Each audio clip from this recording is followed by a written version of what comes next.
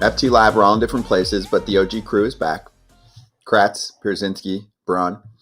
Can I read some fan feedback to start off the day, just to kind of brighten your day and lift your spirits? Yes. Sure. Yes? Oh, okay, thank you. So we spoke about the Hunter Wendelstedt versus Aaron Boone / the world situation yesterday. We were watching that on our phones and devices live while we were reacting to it. And we'll talk more about it today. But I just wanted to read a comment in the YouTube video that we posted later on. Alan, who clearly is just here for the hate, said, "Why would any watch these guys? AJ, whoever is half paying attention while reading something on his phone, unprofessional host talking about how umpires are not professional, makes me laugh."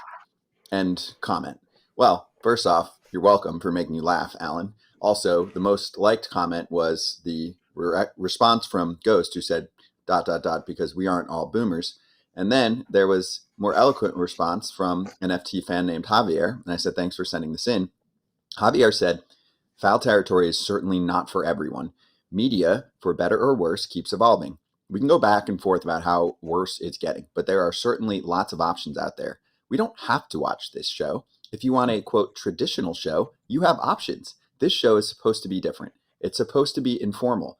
The majority of the hosts are formal athletes who are giving us their perspective of how they see the game or aspects of the game. In this digital age, expect more informal shows you won't watch on the networks. If you want to watch a guy behind a desk wearing a coat, a tie, an earpiece, this is certainly not it. Let's just watch another show if this is not your cup of tea. God bless Foul Territory. Keep being informal, guys." Thank you, Javier. That was nice. That was nice. Very nice, Javier. Mm-hmm. Here's my thought. Yeah, we're on our phone. I'm on my iPad. Why? Because things were happening. So we were trying to figure like there's this new thing called social media. What was his name? Alan. Yeah. Yeah, Alan. I mean, listen. There's this new thing called social media. So as we're doing a show that's live, things are happening. Especially when the Yankees manager gets kicked out 4 pitches into the game. So guess what? Yeah, I'm gonna be on my phone going, "Oh my gosh, what's happening? What did he say? What?" Dude, bro, boomer. Exactly. It's great. It's great for me. I love that. I've never gone on a show and watched a show live that I'm like, man, I hate this show. You know what I'm gonna do? I'm gonna comment. If I don't like it, I turn it off. I hit the X. It's over. I'm done. But nowadays, you also have to let them know, and then you have to come back every day and let them know again. So maybe we'll do. Let us know, Alan. We'll let us know what we can improve on. I always want to improve. Yes, Alan. I'm here for you, man. Except I throw out all my shirts and ties, so you're fucked. All right, let's get to Wrigley Field. Happy birthday, Wrigley! 110 years old. AJ, did you send a birthday present? AJ loves it. Come on, for all of the fun that we have with AJ versus Cubs and AJ loving White Sox, don't you love going to Wrigley Field? Like it's a great vibe in the summertime. Better check them statics is what you better check. Oh, Google him, he said. He loved going to Wrigley is what he's saying. Let him get in that bat. I could probably still hit one out of there. Well, I'll be the one to comment since AJ's not a Chicagoan who talks about Wrigley Field. It's old as dirt, and it still is a pretty awesome place. I didn't like it before they did the renovations, but now that they did all those renovations, it's awesome. I love playing there. It's no Fenway. Sorry, Chicago. But happy birthday, Wrigley, or as it used to be called, Cubs Park. Exactly. You know what? Hell yeah. Listen, let me just say this. I loved Wrigley Field because there's been a couple moments that I had in my career that were just incredible at Wrigley Field. One of them was I hit a home run there off Ryan Dempster, and the fans then littered the field with garbage, and it took 20 minutes for them to clean it up, and I got a curtain call on the road. So thank you, Wrigley. And then also one year we were there for Jackie Robinson Day. I was with the Rangers, and we wore 42, and I gave it to my buddy in the stands, and then the equipment manager for the Rangers went crazy because they were going to try and sell them, and mine was already long gone by then. So, thank you, Wrigley, for the fans being so close. Listen, I I love going to Wrigley because I always felt like I played pretty well there, and they treated me so friendly in the friendly confines. They always standing ovations, and I'm happy it's a happy birthday. And as Ozzy said, what did Ozzy say? The rats, something about the rats in the clubhouse, but they have fixed up the clubhouses. The visiting clubhouse is really nice now. They've done a lot to there. So it's still, listen, it's a great place to watch a game.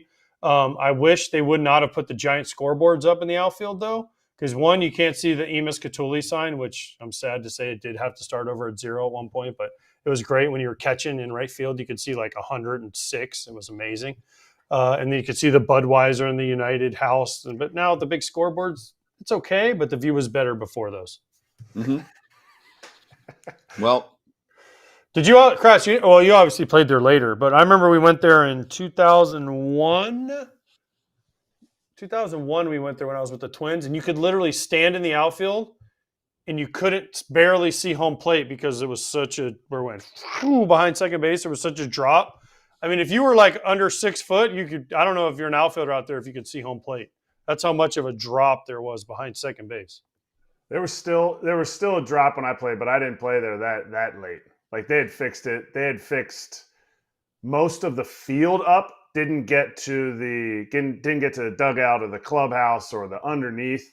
Like the transformation is how they did that. I have no idea, but everybody can make a transformation. If they could do what they did in that area, I don't even know how to explain what they did under the stadium, but every stadium can make a renovation. But that's funny. That's funny. The whole scoreboard getting in the way of AJ's favorite view. Yeah, right. Well, I mean, I have another story. I'm not going to tell it because we just don't have time. One day I'll tell you guys a story off the air about something that happened to me at Wrigley Field, but we don't have time right now because we have bigger things to get to. Okay. Well, I'm going to put a little reminder down there, but one more quick plug. FoulTerritoryShop.com. Go check out shirts like what AJ's wearing. Nice little animation there for the podcast crowd. If you check this out, looks good. And also the newsletter is out. We'll talk more about that again in a little bit, but please subscribe to the FT Leadoff. It is free and it is about a minute long. Charge the Mound time. Charging the Mound. Ranger Suarez, good at ball, 25 consecutive scoreless innings, and the Phillies can dominate with their pitching staff beyond just the Rockies and the White Sox. The Reds are pretty good, Kratz, so when they open up the series like this in a 7-0 dominant win against Cincinnati, they're feeling themselves in Philly because they've been slow starters in the past with this superstar cast. And this year, they're starting pretty hot. Yeah, I mean, they had a little blip. All this hot streak, they still have only gained one game on the Braves. And the Mets had their hot streak during this entire time, and they haven't even gained a game on the Phillies. They've lost a game during the hot streak. But yeah, this pitching staff is what you have to talk about. What Ranger did last night, he makes it look easy. Yes, he made it look easy against the Rockies. I get that. His last outing was, a complete game. That's what you're supposed to do when when you want to be one of the best pitchers on your team, on your staff, in the league. And he makes it look easy. Fields his position. And last night, he was it's soft. When it is contact, it's soft contact. Rarely is he giving up hard hit baseballs. And he just brings a pace to the game. His defense is able to make great plays behind him. Yeah. Listen, the Phillies' big thing was they always started off slow the last couple of years. Well, this year they're not starting off slow. They've won 7 in a row. And right now, Ranger Suarez is top 5 pitcher in baseball. I mean, Wheeler, Nola were the headliners, but Ranger Suarez has been great in the postseason the last couple of years. Well, now he's doing it in the regular season on a consistent basis. And it's scary because the Phillies pitching staff in general has been really good so far going into this year. We haven't even talked about their hitting. We're talking about the Phillies pitching, but wow, it's been amazing. And for them to dominate the way they did last night, Cincinnati, a team that's been hot, this is a big statement. You see the ERAs for, what the heck is Aaron Nola doing at 3.16, man? He's awful. I mean, what the heck is going on? I mean, look at this. Wheeler 2.3, Ranger 1.7. I mean, that is without the name, pretty good stuff. Without the name up there, there's casual fans that have no idea who the person with the 2.53 is. Christopher Sanchez. is the guy throwing tonight, but casual fans don't know who he is. He's been an up and down guy for the Phillies that they've kept in the system. They'd call him up. Hey, we need a spot start. You started. You did good. We'll throw you in the pen for maybe like one time through the rotation, see if our top 5 dogs are good, and then send him back down. And he did okay, but that's tough being that road warrior, that transition guy, that call-up, send-down guy. This year, Topper said, no, you're the guy. You're the guy. You're our 4th spot. Taijuan Walker was going to be the 5th. Spencer Turnbull was going to kind of be starter, reliever. Now, all of a sudden, Taijuan Walker is going to be coming back soon. He's got to earn it because this rotation is dominating right now. They got Turnbull for cheap, too. 2.2 or 2.5, something like that? Yeah, in the 2s. There might have been some incentives on top, and he damn sure is earning them. Yeah, $2 million plus $2 million in incentives. Not bad. Not bad. What about Dylan Cease? I know AJ was all over Dylan Cease having a good game last night, but did you get to check him out? I mean, he gets to escape the White Sox, lands with a much better defensive ball club and a competitive team. And he said this was the best from him so far with the Padres. Listen, that's the best start he's had in a couple of years. I mean, to go into Coors Field and do what he did, 7 innings, 1 run, 1 hit, no walks. No walks. See, no, good. Zero walks, right? But here's the thing. He covered my bet. 8 strikeouts, no sweat bet. He got on the last hitter that he faced. Never That's sweating. That's called his sweaty bets. That's like a wasn't sweating at all. I knew he had it in him. Way to go, Dylan. But no, listen, it was the funny thing is it was 1-1, and the Padres scored late to get him the win. But his slider, as he calls it, was sliding. He threw more fastballs up in the zone, got a bunch of swing and misses on that. But listen, if he's locating this slider, you see it right here. I mean, you just can't hit it. I didn't think it was even his nasty slider. It looked like the Coors effect was getting into that slider a little bit. It looked like it was like a couple of them, like the one to Nolan Jones, looked like it backed up, but he was just attacking the zone. Maybe the lineup struggled a little bit too. No, what do you mean? The Rockies barely strike out at all. Why do you think I picked them? I mean, they barely strike out. Their offense is struggle city. Is that true? Dylan Cease is the first pitcher. I mean, obviously it's true. Dennis Lynn saying, first pitcher in Coors Field history to complete at least 7 innings, allow 1 or no hits, and issue 0 walks. That's crazy. That is crazy. I would have thought De Los Santos, wasn't he one of the best Rockies pitchers of all time? I forget his first name. Jorge De La Rosa? Jorge De La Rosa, thank you. Not De Los Santos. Well done. Yeah. Ubaldo had some good times there. Yeah, Kyle Freeland's had some good outings there. Kyle Freeland, first year was. I think De La Rosa was better home. There was one guy that was like that, right?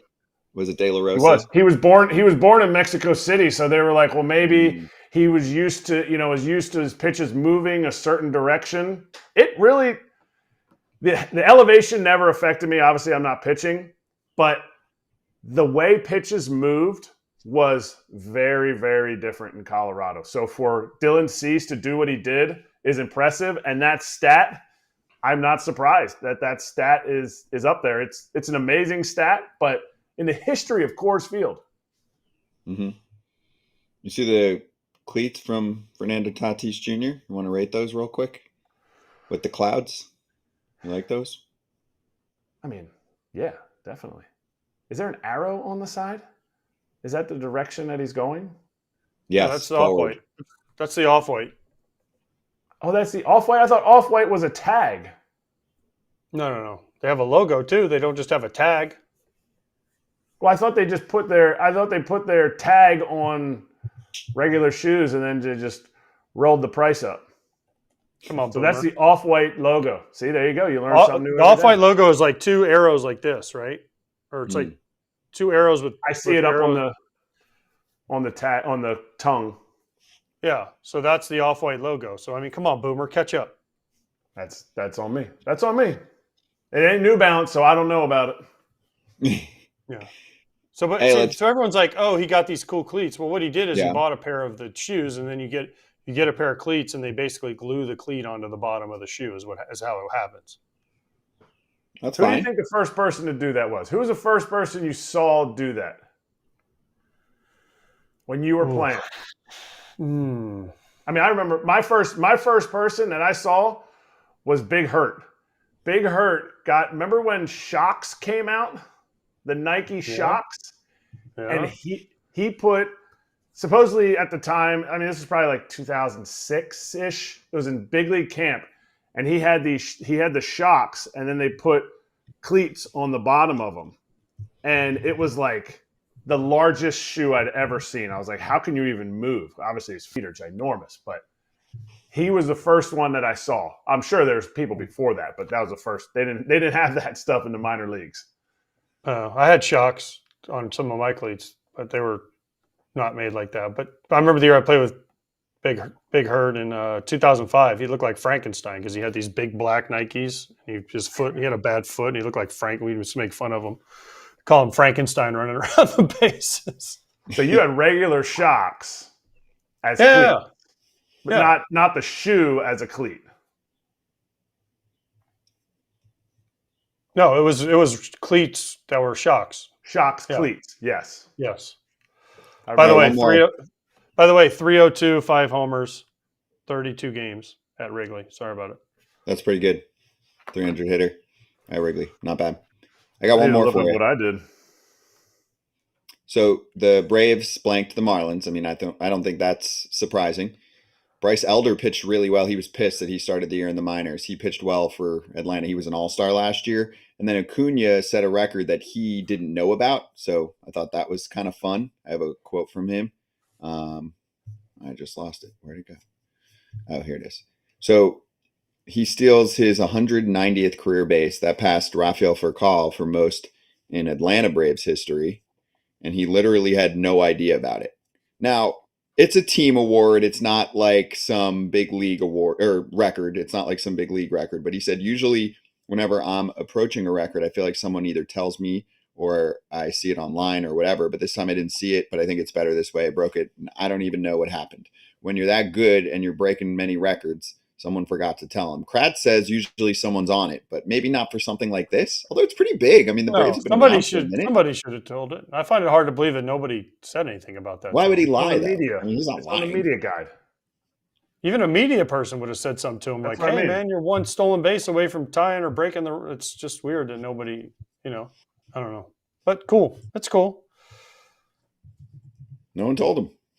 All right, let's get to Ken Rosenthal. FT Senior Insider joining us right now on FT. Well, here is a media member. Ken, do media members remind players about records? No.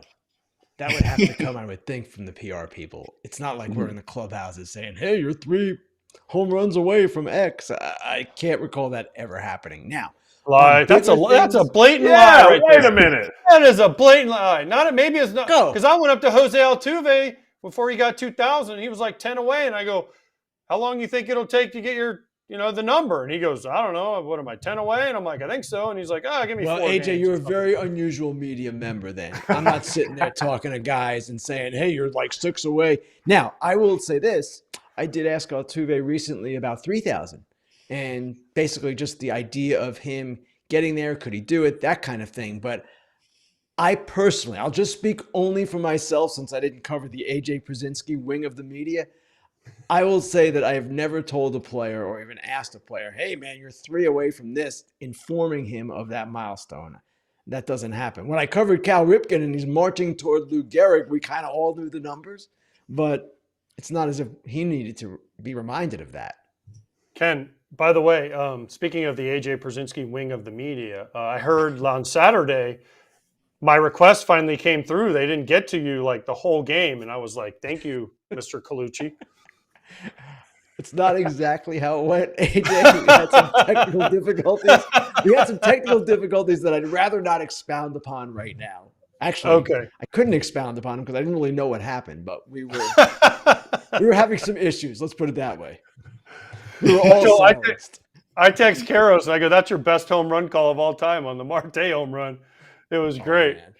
Now, what AJ's talking about, for those who might not be aware of this. On the FS1 broadcast Saturday, we lost audio for pretty good portions of the broadcast, first 3 innings or so, and then on the Marte home run. So it was like a silent movie for a time, and actually some people might have enjoyed that.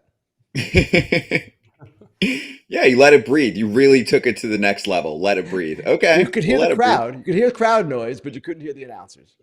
I like that, just to switch things up. Some people want a feed available where they can at some times just hear the game, just what it sounds like in the ballpark. So maybe that'll happen at some point. Let's get to the game. So I want to point out a team that we haven't covered a ton in the first few weeks because they've just been kind of cruising through in the 500 range, but then they got hot. So they're 13-10. It's the Toronto Blue Jays. Dalton Varsho's on a little home run binge lately and playing sick defense. Last year, they were labeled the Paper Tigers by everyone's favorite FT senior insider. Do you think that they might be able to escape that moniker this year, Ken? Well, I'd like to see it happen for sure. They're a talented team. They're a fun team to watch, but they've got to do it at crunch time, right? In the pennant race, in the stretch drive, and then in the postseason. We have not seen that from this group. They're fully capable of it. And the starting pitching is pretty amazing, top shelf. And they have offensive players who are extremely talented, Varsho being one of them. Now, what's interesting is last year, when Gurriel Jr. was doing so well with the Diamondbacks, and of course Gabriel Moreno, and Varsho was struggling, people were quick to condemn that trade from the Blue Jays' perspective. And yet, if you're around the game enough, you guys know this, fans know this too. Things don't always evolve over 1 year. Sometimes it takes multiple years for really a fan or a media member or a team to get a full picture. Dalton Varsho was a really good player with the Diamondbacks. The Jays wanted him for a reason. They gave up those 2 players they did for a reason. And now, after what was a problematic year for him, no question, in 2023, he is showing the kind of ability the Jays knew he had. And it's not just defensive, where it's always brilliant, but on the offensive side as well. And I was just reading about him, and Yusei Kikuchi had a pretty good quote about Varsho saying, the entire team roots for him. Guy works really hard behind the scenes. You can see him on the plane watching video.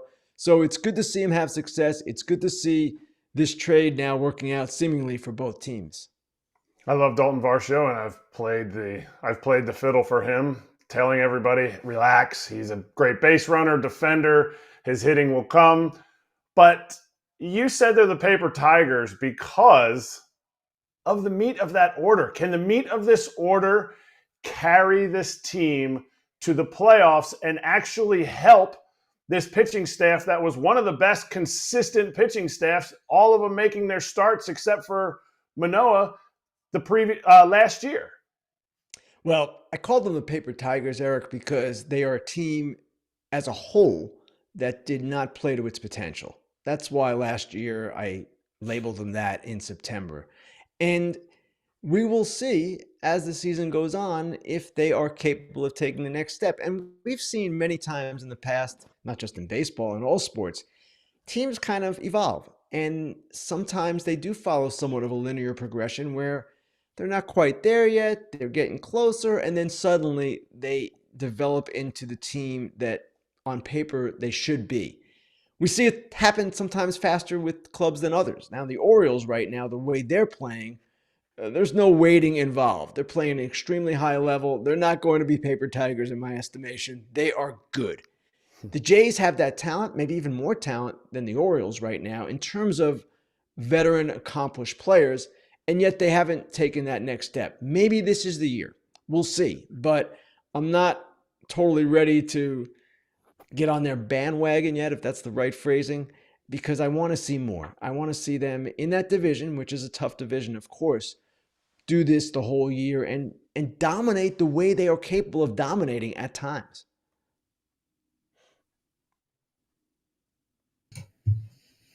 Kratz, you alive? Oh, I thought we had AJ. Sorry, No. I was gonna wait for AJ to ask his question. I'm in. I'm here. Yep. I was gonna ask about the Mets. The Mets team that started out essentially 0-6, if not for a blooper to break up a no-hitter.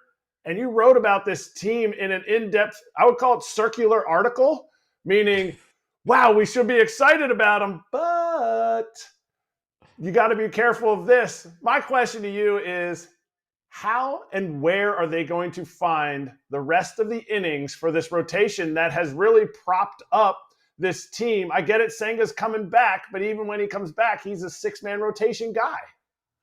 That's a great question, Eric. And that's really the biggest question I have with them. Now, clearly, they've lost Alvarez now for a time, 6 to 8 weeks, their catcher. He's an important player for them. They've lost Brooks Raley, who is also on the injured list, an important reliever for a bullpen that has been outstanding. But the principal question raised in that circular article, and you labeled it right, is can they find, as you mentioned, enough innings in that rotation? And it's a rotation comprised of guys who are not exactly workhorses. I'm talking about Quintana, who was hurt last year, was a workhorse at one point in his career, but really isn't at this point in his career, or can't be expected to be at 35. And the rest of that group as well, it's just talented. No question. Luis Severino, talented, hasn't thrown a lot of innings in recent years. Sean Manaea was largely in the bullpen last year. Adrian Hauser, I don't know how long he's even going to stay in the rotation. He had a rough go Sunday in Los Angeles. So yes, once Senga gets back, certainly that helps.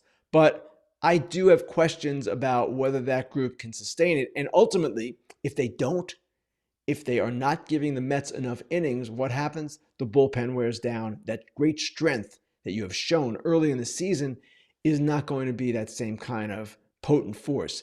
So we'll see. And at the deadline, maybe if they're in it, they go get a starter. But I've been talking to some people in the game last few days, last week or so. I don't know how many great players are going to be available at the deadline because so many teams are trying and so many teams see the expanded playoffs as an opportunity. So we'll see. That's a long ways away, of course. But the Mets, I will say this, and I wrote this, are at least more interesting than I ever thought they were going to be going back to spring training. Well, the Mets are always interesting in the offseason. And there's a big player out that's going to be a free agent at the end of the offseason, Juan Soto, who's already in New York, proving so far, at least he can handle the pressure. But did you write that he's going to get more money than Ohtani? Because if he is, we might need to cut you off from whatever it is that you are talking about, Ken. I believe he's going to get more money than Ohtani. Now, not more than 700. I believe he's going to beat his present day value, which was 460, right? The Ohtani deal with the deferrals factored in, present day value, 460. Do I believe Juan Soto will get more than that? AJ, I will bet you right now that he gets more than that. What? I love that. Steak dinner. What? Well, he will never pay up. So how can I beg you with a guy that never pays? I walked myself right into that. But yeah. I mean, I don't understand. I can't make a bet, Kratzy, with someone that never AJ, pays. why don't you think he'll get 460? Well, I just want to know what team's going to pay it. Mets, Yankees. There are teams out there. Yankees can afford a $50 million a year player? Yes. The Yankees afford him? Yes, they can afford him. The Mets will have a lot more payroll flexibility at the end of this season, and I would expect for Juan Soto, you will see other teams enter the fray as well. It's Juan Soto, man. He's going to be 26 next season as a free agent going into the market. He's going to do really well. He turned down 440 for 15. He's going to do better than that, and he's going to do better than Ohtani's present day value.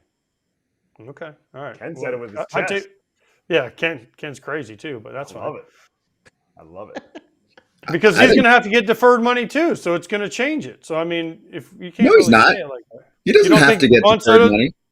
He doesn't have to. He can accept a present day value deal. I think a lot of people confused Ohtani's deal because they're like, it's $700 million. It's not $700 million present day value. That's not how the game looks at it, Ken. That's not how banks look at it. It's different. Right. I'm not the best at explaining it, but it's not the same.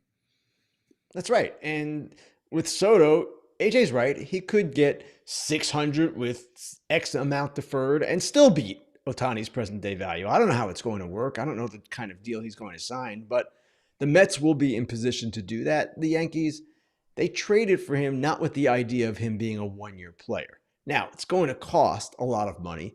Scott Boras is the agent. He's going to want full market value, and maybe the Yankees decide whatever that number is, they don't want to pay it, but they knew what they were getting into here, and that's why they went after him the way they did. And certainly to this point of the season, he has proven every bit of the player they wanted and envisioned him being. Ken, I know in Fair Territory yesterday you covered a number of slow starters. Is there one that you can point out that you either think will definitely rebound or you're most concerned about of the list that you went over? I would say I'm most concerned about Jose Abreu because his start has been just dismal, and he's the oldest of those players. He's 37. Goldschmidt last night had a better night, a single and a home run, and he finally looked a little bit more like Paul Goldschmidt in his final 2-3 at bats. So he is a guy, man, it's tough to count him out. He's had such an amazing career. He's come out of things before, of course, like all players have. But Abreu, that one, I just don't know where that's going, and that's a real concern. I also talked about Blake Snell, and I mentioned, of course, after about May 20th last year, he had a 1.20 ERA, so he certainly is capable of getting it going again. And then Kyle Hendricks with the Cubs, I don't know. He was encouraged by his last start, but the results still weren't good. He too is older. He's had an amazing career in his own right. But the sad thing about the game is guys don't sustain it forever. It's impossible. No one does that. And at some point, players do start to decline, and some decline rather markedly. That's why we kind of had this conversation yesterday. We'll see which guys come out of it, but if I had to bet, I'd bet on Goldschmidt and Snell. So where do the Astros go? Where do the Astros go? Because the Astros are not 7 and I'm blanking now what they are. 7 and 4, 7 and 19. 7 and 16. I'm sorry. Good. I'm glad we were both blanking. 7 and 16 because Jose Abreu. Where do they go? Where do they go from here? Well, I'm not exactly sure. And they've got John Singleton, but I don't know that he's an everyday player. They've got a kid at AAA, Loperfido, who's had some big numbers, but if you're injecting him into that mix, well, one, are you going to release Jose Abreu with a year plus left on his contract, which is paying almost $20 million a year? That's a big ask and something that Jim Crane has not done as an owner. Hasn't had to do it, but he hasn't done it. And then just as Verlander came back, Christian Javier goes on the injured list. So their pitching still isn't getting fully healthy as it will, hopefully, at some point this season. Remember, they've got McCullers still out, Urquidy still out, Luis Garcia still out as well. McCullers and Garcia later in the season, Urquidy hopefully at some point in the next few weeks. They've got to get the pitching straight, but they also have to hit. And that's the one thing here. While their pitching has struggled, they have not covered it offensively. Bregman has not been great so far, to say the least. And overall, their offense just hasn't clicked the way we've seen it click so many times in the past. Tough team to count out because of all they've accomplished and who is on that club, who's on that roster. We know the names. They've been in the postseason for 7 straight years, in the ALCS for 7 straight years. But it's a tough start for them. And 7 and 16 is not an inconsequential hole here. It's 9 games under 500. So they've got work to do. There's no question. Ken, before Kratz asks you his next question, that's 3 bets you made today. So which one will you pay up on? That's 3 that I've heard you make today. So I only made 1 bet, Juan Soto. No, you said you'd bet on Goldschmidt, Snell, and I forget what I already won the other one on. I wasn't making that bet with you. All right. Well, then here's the next bet that you need to make. Question. Yeah, here's the next bet you need to make. When AJ becomes a manager for the first time, are you going to give him a hard time in his first year? And comparing it to the first-year managers this year, who do you think is going to come out on top? Well, Eric, I'll say this. If AJ becomes a manager, I might have to quit the day job and go find a beat writing job in that city just so I can be there every single day asking different questions. Credential revoked. In those managers meetings, you think you get in? Oh, I'll take everybody except for Junior. Junior can just stay outside. But I'll tell you what, Eric, to get to a serious part of that question, I mentioned on Fair Territory yesterday that I've got kind of a built-in bias against first-year managers because I was scarred earlier in my career from covering Phil Regan, who's a great guy but didn't have a good run with the Orioles 1 year, and then Ray Miller, who was the manager after Davey Johnson, who had succeeded Regan. It's kind of an unfair bias because a lot of first-year managers have succeeded since then. And we're looking at 3 right now. Pat Murphy is 1 with Milwaukee. Stephen Vogt with Cleveland is another. And Carlos Mendoza with the New York Mets. Now, we don't know if these guys are all going to have their teams sustain what they've started with, but they've all been impressive in their own right so far. So, getting to the AJ question, as a first-year manager, if some team is bold enough to hire him, maybe his former team, the 3-19 team, if some team does that, I won't rip the hire that day. I'll wait to see how AJ does. We could all hope. We could all hope that the White Sox hire this guy right there. We could all. I mean, they just fired me. I ain't gonna be rehired all of a sudden to give you a different promotion. job. AJ, I guess the question has to be asked on behalf of all White Sox fans. If asked, will you serve? I mean, under what capacity? As a manager of the White Sox. The way the team's constructed right now? Yeah.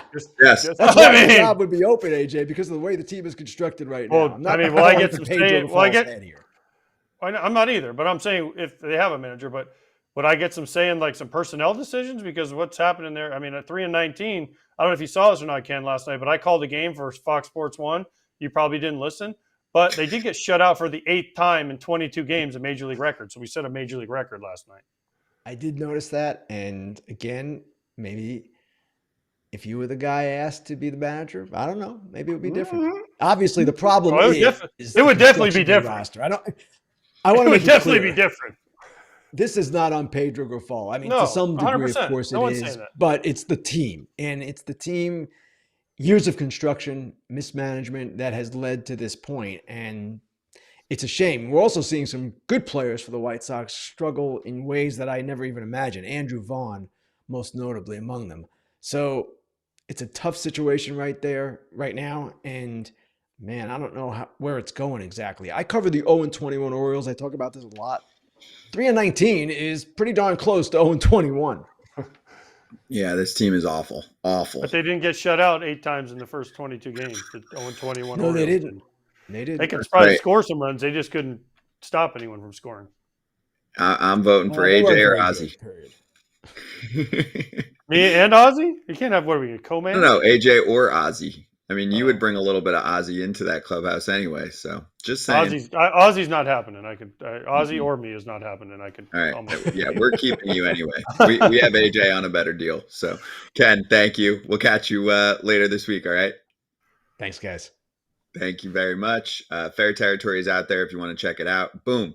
Mondays and Thursdays. If you are listening right now to the pod, you should watch at some point and see this pretty little graphic that Derek put together behind the scenes. Thursday's show will have Ken and new addition to the FT fam, Alana Rizzo. I think this is our 3rd or 4th show together, and that show is live every Thursday leading up to Foul Territory. It's at 12:30 Eastern time. Ooh, we got an Ump Show to continue today. Steer right.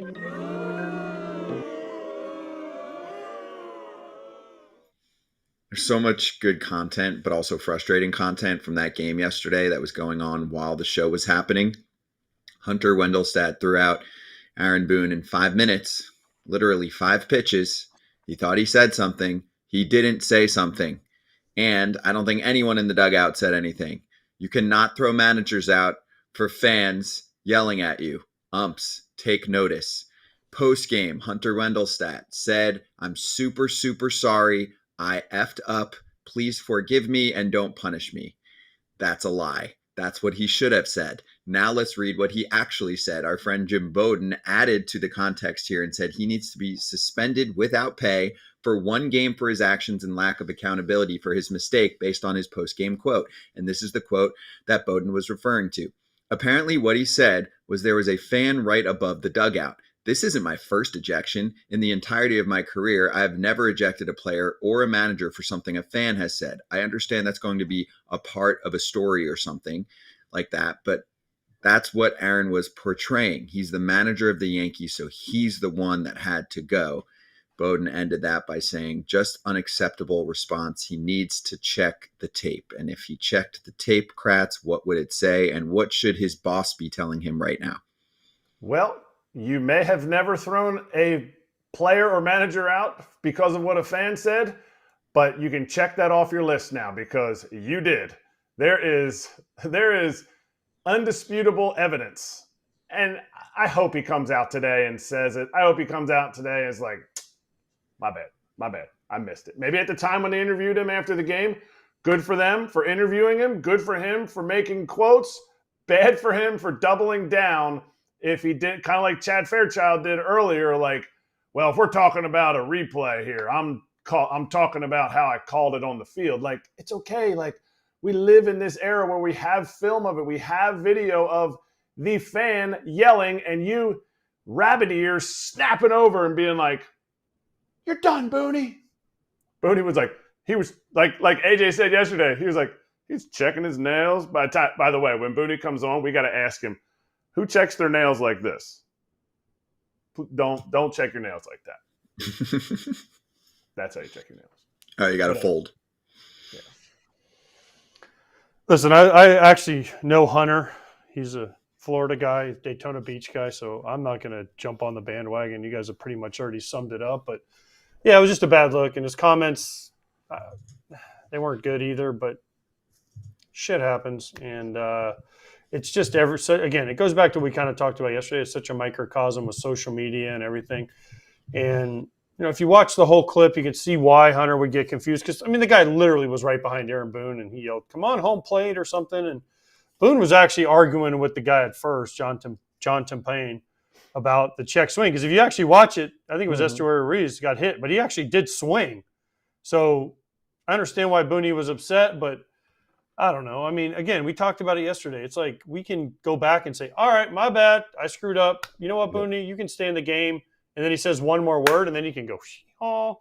But I don't know. It's just a bad look. It's kind of funny, though, because it's just funny watching, you know, a fan get a coach, manager ejected. So now watch out. All you coaches, players in the dugout, fans are going to be rabid, and they're going to be just over your shoulders just waiting for the next guy to go, hey, you're ejected for, oh, wait, the guy behind me.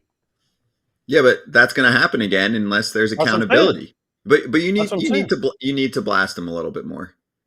It's one thing if he messed up, but I'm saying you need to blast him because he didn't apologize. Just man up. Just say I messed up. Maybe he didn't see it. Maybe he didn't see the video. I don't know. Say something. Right. Give me something. He spoke to a pool reporter after the game. It's not like he didn't speak. He's like saying it with his chest, doubling down essentially. Yeah. Kratz, do you ever have a teammate you played with that would like yell behind another guy? Where he'd be like, hey, umpire! And he'd be like hiding behind a guy? No. Is that a thing? We would always do this and be like, hey, you stink! Hey, that was me. That was Ranger. And we'd like do a different accent or like a Spanish speaking guy would do an American accent. He'd be like, hey, dude, you stink. Trying to like mimic other guys, but never behind somebody. When it was a serious situation. My favorite one was when we had Paul Molitor. I think he was our hitting coach, or he was one of our coaches, and we were in Cleveland. And I think it was James Hoy behind the plate, and John or one of the Hirschbecks was umping first. And we were getting squeezed a little bit on the Twins, and Molitor runs out from underneath in Cleveland and throws a tee on the field. Whoo! Chucks it on the field, and then ran back down the steps in Cleveland like nobody saw it. He goes, you should just let him hit off that. And then he ran back down the steps, and Hirschbeck went down the steps and like, you're out of here. In the middle of the game. It was unbelievable. Into your dugout? Into the dugout, down the steps where the little, the tunnel in Cleveland. He went down the steps and was like, you're out of here. I saw you, Molitor. Chucked him out. Like he had an invisible jacket on or something. Like nobody was, like he had Harry Potter, the invisibility cloak. I promise I'm up to no good. And he's like, woo. Well, let's show an ump's best friend, the scorecard. Were we unfair or did he perform poorly? And the survey says he performed poorly. He's really good at calling balls. He's really bad at calling strikes in yesterday's game. 68% is not acceptable. 68% called strike accuracy. That is really bad. That's popping up too frequently. I'm sorry. I know we're bringing this up. It's become a segment for a reason. It's taking over right now. And yes, AJ, I agree with you. It's getting accentuated because of the way that media and social media works nowadays. But I also genuinely think that people want change. They at least want a challenge system. So when it's so far off, we can be like, ding, you're wrong. We keep the challenge. Let's move on. The catching coaches are going to sit here. Yep. That's coming for sure. The challenge, the tap the head. But the catching coaches for the Yankees and Oakland are both like, oh, great job, you guys. You guys did so good. Look at how good of your score is at manipulating the umpire.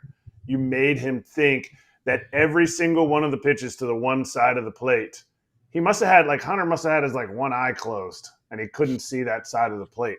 Like, to me, hey, Hunter, you missed this entire area. Next time you have Jose Trevino, maybe take a second look at those. Maybe shift a little bit. Maybe move a little bit more towards the center.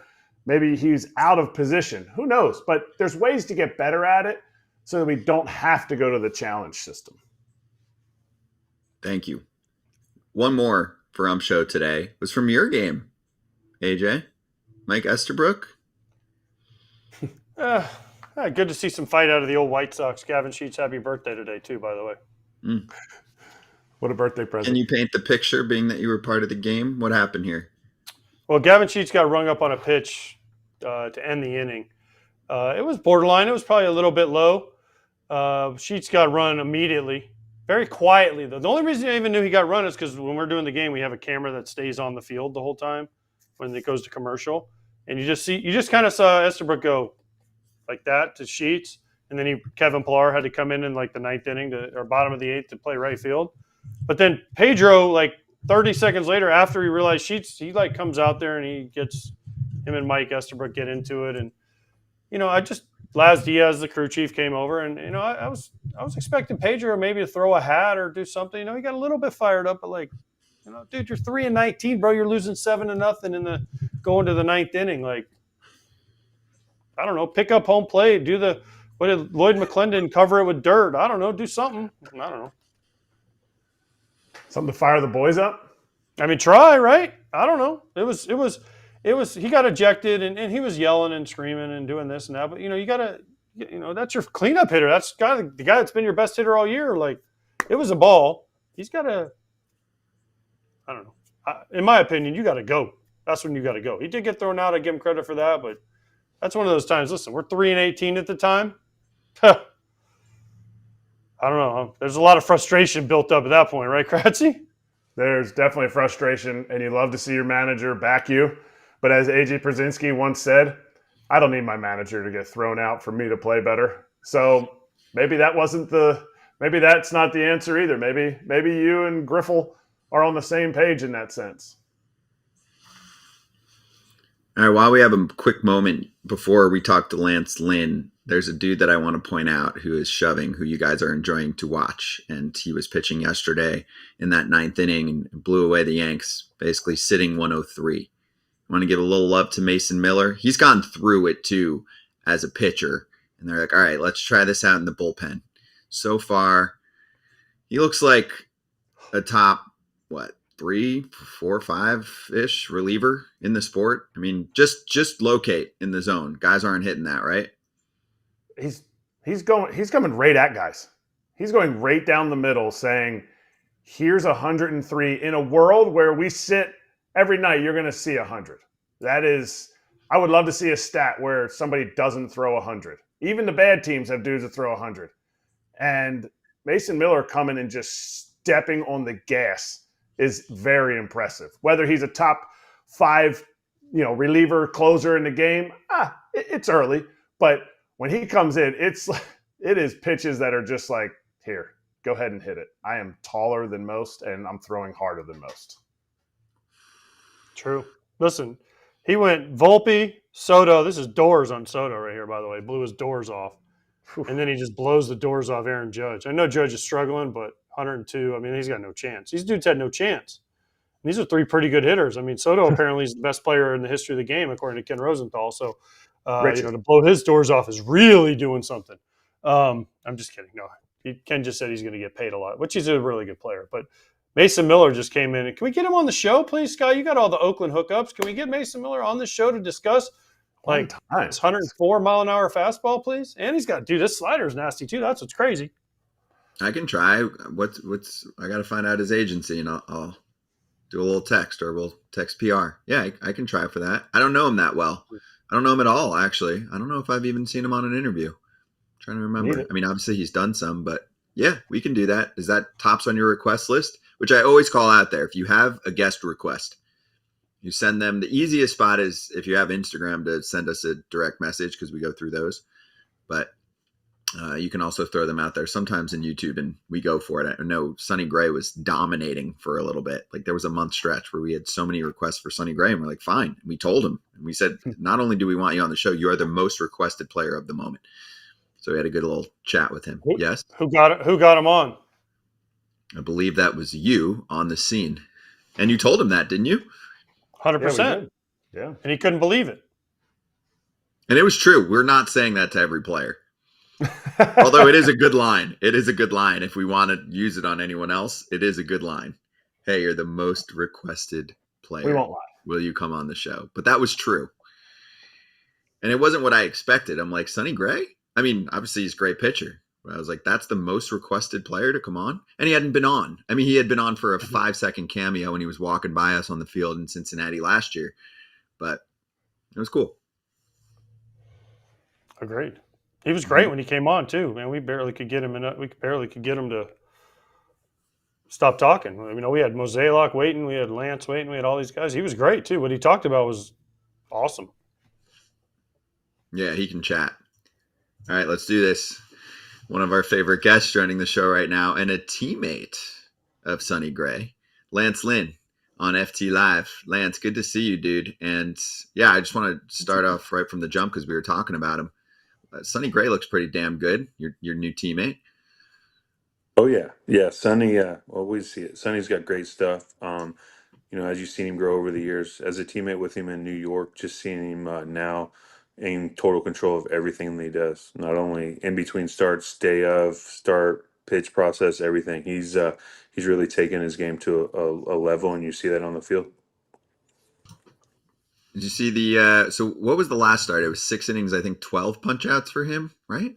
Yep. Yeah, That's man, right. he's nasty. I mean, I've never seen it. The guy can spin any breaking ball that you teach him and can put it wherever he wants to. So it's a special gift that he has, and he's really mastered his craft, dude.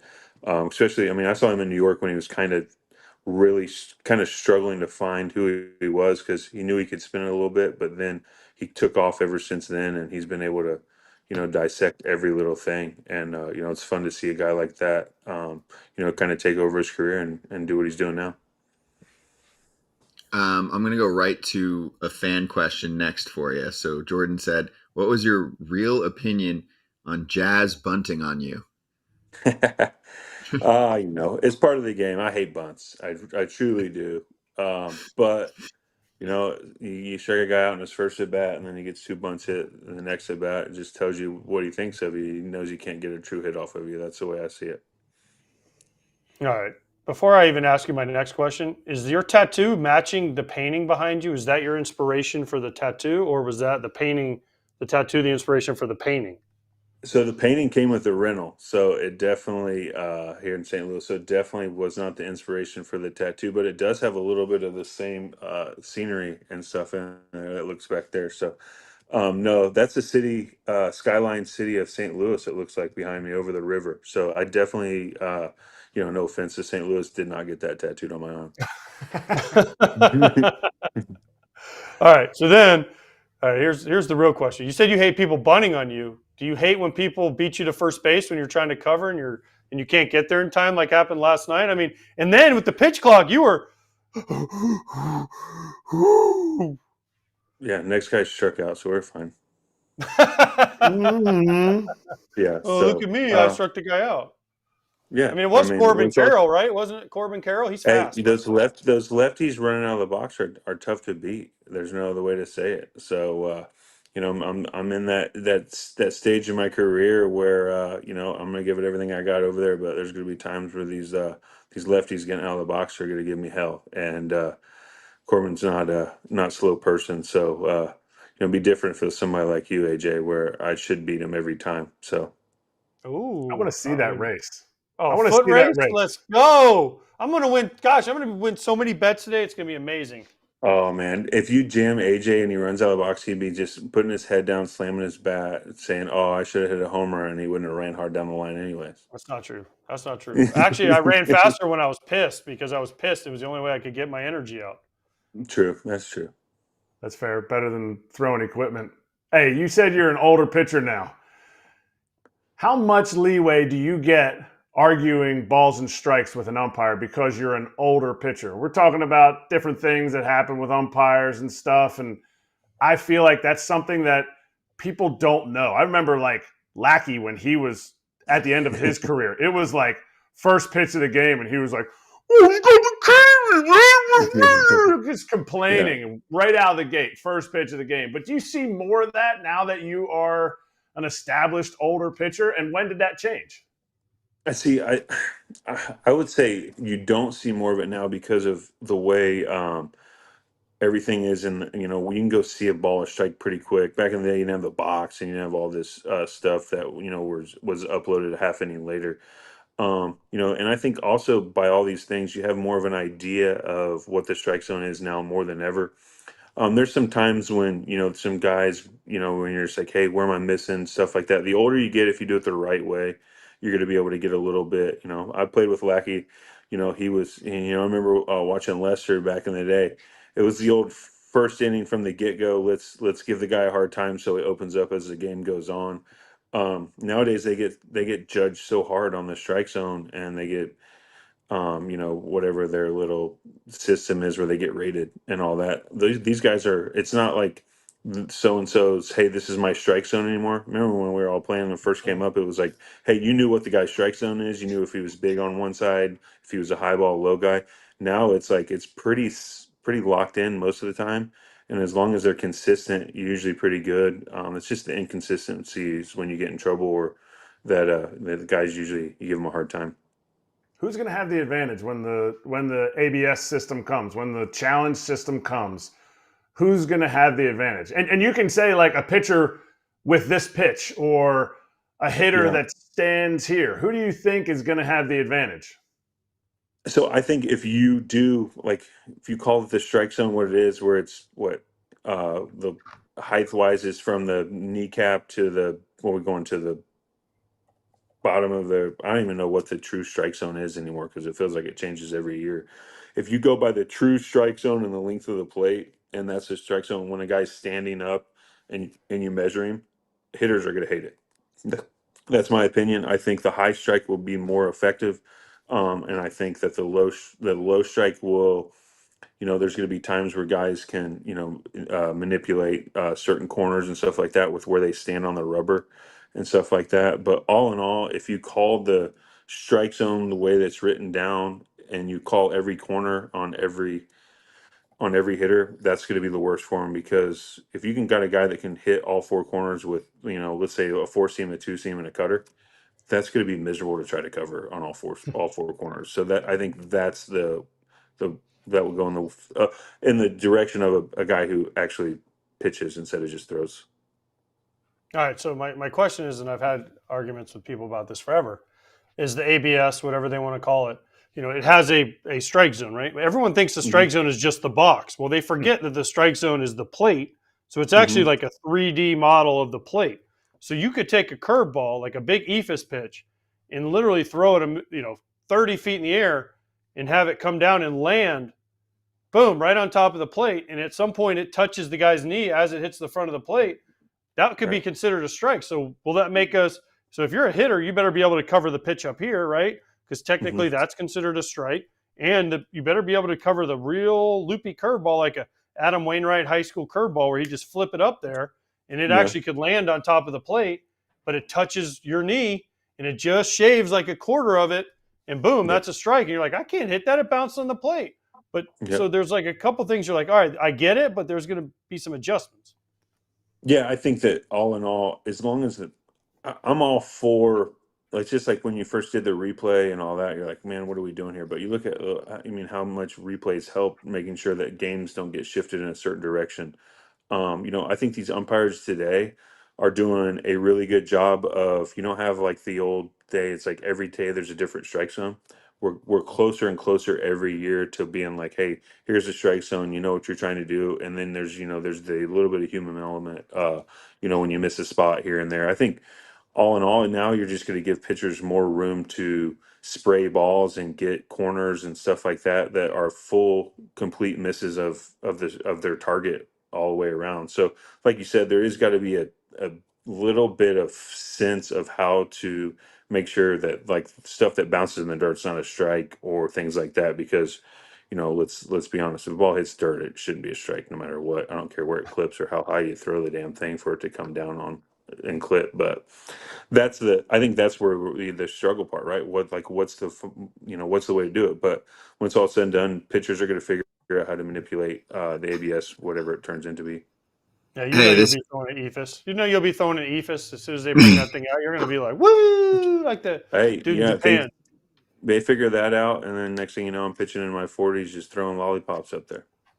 You already throw lollipops. Nothing's changed. Oh, don't do wow, that! Don't do that. wow. Don't start. Don't start. It's not start day. Come on. This gets me thinking because we haven't had you on. We had quite a few really deep pitching injury conversations. Dr. Meister came on the show. We spoke to a number of pitchers over the last couple weeks. I wanted to get your take. I'll ask it this way. Let's say I'm a young pitcher. I get called up by the Cards. I'm hanging out with you, and I'm like, yo, dude, you've been pretty durable. What would be your tip? How do I stay durable in the big leagues? Because I was thinking the way that you're just describing ABS, they tested out the pitch clock for years in the minors, and they were like, it doesn't cause more injuries. Maybe that's the case, but you can't go off the minor leagues. The major leagues is different. So I'm curious what your take is. Yeah, I mean, I think that obviously the major leagues is a total different intensity all the way around. So you can't really judge what happens in the minor leagues and stuff like that. But that being said, I do think that this day and age, there's so much emphasis on max effort spins and velocities and all that stuff that might contribute to it, especially when you're having the shorter rest periods, and then it all kind of starts with the COVID year for me also, in my opinion. I think that year of the starting in spring training, having the time off because COVID, and then ramping back up, and then next thing you know, you look at the following year, whether it's changing some rules and then mixing in the the pitch clock, and it's all kind of correlated into what we're seeing right now is everything's kind of hitting on the head at the same time. And I think that's the big thing. So if a guy asks me, how are you going to pitch for a long time, it's figuring out how you can go out there and pitch days when you don't feel great without having to max effort, because that's how you're going to get yourself hurt. But you still got to be able to get outs and be productive when you don't feel good and not hurt yourself. And that's hard to teach because they're not taught how to pitch anymore. They're taught how to throw and just let it eat. And then when you're done, you're done. And after 5 innings, and that's kind of it. So I think you're seeing a combination of so many different things. And I think everything's to contribute to it, to be honest.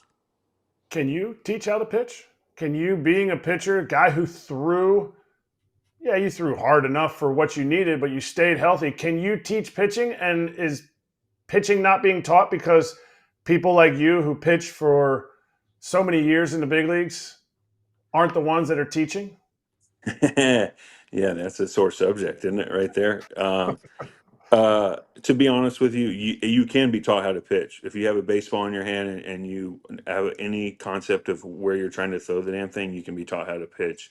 And then next thing is, how to manipulate things here and there, to make things move the way you need to without having to max effort everything. I was taught a long time ago, figure out how to throw strike one, and command it. And then when you need to add velocity, you add velocity here and there. But I think nowadays kids are more worried about chasing velocity as a young age than they are throwing the ball over the plate or throwing it to a spot. So I think it's kind of got to go back to the way we grew up. It's like, hey, where are we going to throw strikes? Give the kid that throws strikes let him grow, let him get stronger, let him do all those things, and then learn to control his body. And then the velocity comes. And when you do those things, I think you're going to have better success of health. And I also think you're seeing the age of guys coming up that all they did was pitcher only in high school when they're 14 to 18 years old. And they never, like, let's be honest, they never did anything else to like strengthen other parts of their body. So I'm a advocate for playing sports, playing multiple sports, and not just doing the same thing all year round because your body's going to break down. Love that. You said it with your chest. Now I want mean, I you to played not. basketball and football growing up, man. It's like go play 3 different sports. Don't pitch every time. I played first base when I wasn't pitching. Like go be a kid, go be athletic, go have fun, and then you get stronger in aspects that you wouldn't even know, and then everything's, all in all should hold up a little bit better and a little longer. POs. Sorry, POs. POs in high school, it's like, hey man, I get it, but like that's not. Well, let's do some other thing. Run some track and field or something too. I don't know. Like let's just be a kid and don't just lock in on one thing and have fun. Love that. So if you're in St. Louis, are the St. Louis fans going to like the City Connect jerseys? Because I know you've seen them. You got to tell us what they're going to look like. I have not seen them, to be honest with you. I just know. Wait, that you it didn't says- model? You didn't No. model? Them? That's not my thing.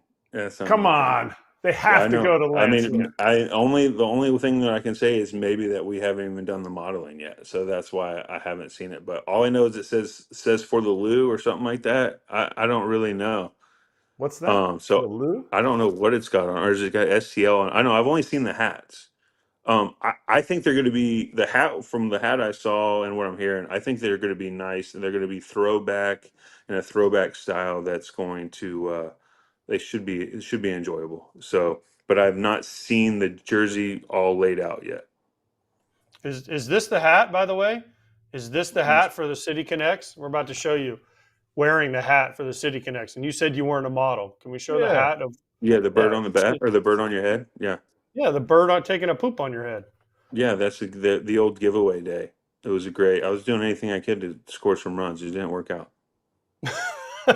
That should be the City Connect hat right there. That's I agree. it. There's nothing wrong with that. The problem is there, we're gonna have to figure out something to get the legs to like connect underneath like a little helmet or something like that because that thing's gonna flip right off when I'm covering first. You don't cover first though. Oh, I do. I just don't do it in time. No, we can get like a little string or a little piece.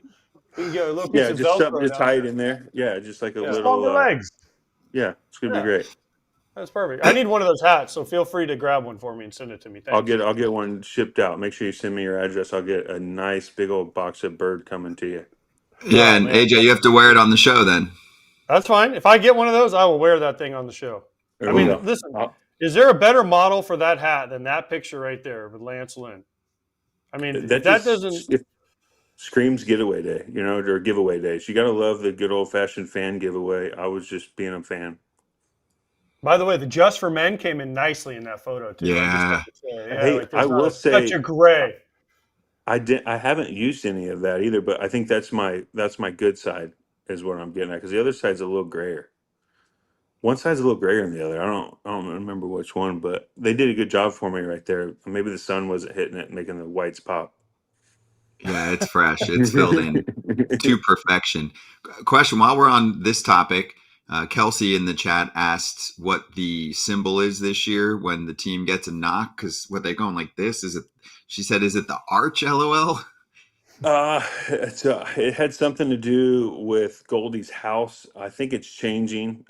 So those things usually flow differently as a year goes on. So Goldie had a team party in spring training, and everyone was like, "Man, if you play well, you get a big house." Is pretty much what it is. So if you hit lots of doubles, you're gonna get a big house. Is what guys kind of went after. So now I think it's going to change.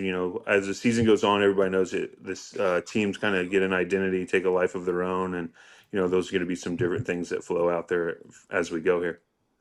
You had a walk-off yesterday. Do you, as a pitcher who's not going to get walked off because the game's over, you don't have to worry about being out there to get walked off? I have been walked off before in the playoffs. You have been walked off? Yep. Yeah. Jason Worth got me back in the day. Oh, the Phillies or the Nats? No, it was the Nationals. Yeah. Okay. Well, that's a good outing for you. It's okay. Or is That's that the my playoff? age right there, right? It was a Or is playoff that one. that long game where he hit the. Yeah, I think it was Man, I extras. Yeah, forgot. yeah. Do you have a spot? Since you guys got the walk off yesterday? You have a spot or like a go-to part of the celebration? Some guys are water guys. Some guys are like, I'm barely making it out. Other guys are front and center. Do you have a spot as a starting pitcher? I am. I'll be at the back. I'm gonna stay away from the water, and I'm not gonna get up in the baseline. So, I was inside obviously because I pitched, but you got to let everybody's got their different things. Whether it's you got to throw the cooler of water, or Gatorade on people. So I've always been. You kind of stand at the back, whether you get a helmet or something hit you, or big old Gatorade thing of ice. I've always been at the back, and then you nestle in there as everybody starts jumping around, so you don't get stepped on. Safety first. Yeah, I don't want to. To be honest with you, I don't want to step on anyone's foot either. That's a whole lot of man coming down on one person's foot. That's a And toe. Definitely hold a up, toe. hold up. What? I know damn well you weren't even out there, bro. You were sitting up in the I training room. just said I wasn't out DC there was yesterday. like I was just telling what I normally would massaging do. you. They I just, don't you know. know, Not about that. you came out of the No, I game like wasn't. 5 innings before that. I was having a rally shot. It Let's worked. go. Of It lemonade. worked. It worked. Of lemonade. Dude, you know you were playing Golden Tee up there in the clubhouse during that ninth No, inning. Golden Tea's off 30 minutes before until after the game's over. You know the rules. Cardinal way, Yeah. baby. There's no way No Jackson way, Holiday. baby. There's no way Jackson Holiday and Ethan Holiday and my son got that thing shut off 30 minutes before the game. It'd be the third inning. Those little kids were up there going. Yeah. Players only though. Players only have to be 30 minutes off. Kids can do whatever they want, and then now they're big leaguers and just think they've got the world by the balls. Isn't it great? True. So true. All right, last one. It's not fun, but the White Sox are off to a historically bad start. Have you followed it? Do you feel bad for them? Is there anyone you're keeping in touch with there? I bring it up also because a few of our fans have asked about it. They're like, you were part of that last year. It was no secret. Even the team has brought up there were all kinds of issues. They wanted to clear that up, but now, there's been a talent gap here at the moment. I have some, still have some guys that I'm pretty close with on the team and all that. It's obviously in a full transition year, and you look at, I've heard AJ go on his rants and stuff like that. And it's just being honest. It is a transition year. They've got some guys who have some talent, but all in all, when it's said and done, when you look at, where they're at and everything, it's in a rebuild, but I enjoyed my time there, so it's tough. But you look at all in all, I got some great teammates that I had there, and they're still on that team, so I root for them, obviously, except when they're playing myself, which I have them next week. So they've got some talent, man, and they got some guys who really want to be good. It's just finding that flow and finding that rhythm and the structure around you to become that. And from what I've heard with them, that's getting there. But obviously in baseball, it doesn't happen overnight, and that's the frustration that you get as a fan and stuff like that. Is you're like, oh well, they say they're doing all this, but I don't see it on the field. The last place you see anything ever in a turnover or a change or a different way of doing things is on the field. That's the truth of the matter. Wins are usually the last thing to show up, and hopefully for the guys that I know there and that I like and enjoy, that that time's coming for them. I didn't even realize that, AJ. We need you on that call next week. Lance Lynn versus the White Sox. Are you on that Saturday, game? yeah. I don't think Fox is coming for that one. What do you mean? I did a White Sox game last night, and I got another one next week. Yeah, I just don't think it's going to be Big Fox on a Saturday with the. Is that when with you're the pitching? Yeah, I think so. I think that's when it's lined up. Ooh, You think you can pull some strings need and it. get there? No, I'm going to be in Yes. Dallas, so I'm going to be No, and Damn. that's a perfect time for we can maybe talk him into bringing Wainwright back for his first St. Louis broadcast since he's retired. You just True. never I know. like it. Hey, by the way, just for the record, I went on a rant where you were still on the White Sox too. So let's not just make No, it that's your about thing. after I the know. I was just saying that. Yeah, everyone hears you when you go on your rant. I know that's what you want, so I was just making sure you know that. game. Heard, even from Lance, who's not on socials. There you go. Yeah. They're like, hey, did you hear what AJ said? I was like, I'm sure it was something about the Sox. So I'm gonna start going on rants about you. How about that? that's fine. Yeah, that's fine. He's pitching like this, all Yep. good. Lance, good to see you, dude. We'll catch you in a few weeks, all right? All right, guys. Have a good one. Thanks for having me. You too. Thanks, Lance. Appreciate you. Lance Yeah. Lynn with us from the St. Louis Cardinals. Always enjoy it. Let's get to Hot Corner. Let's sizzle.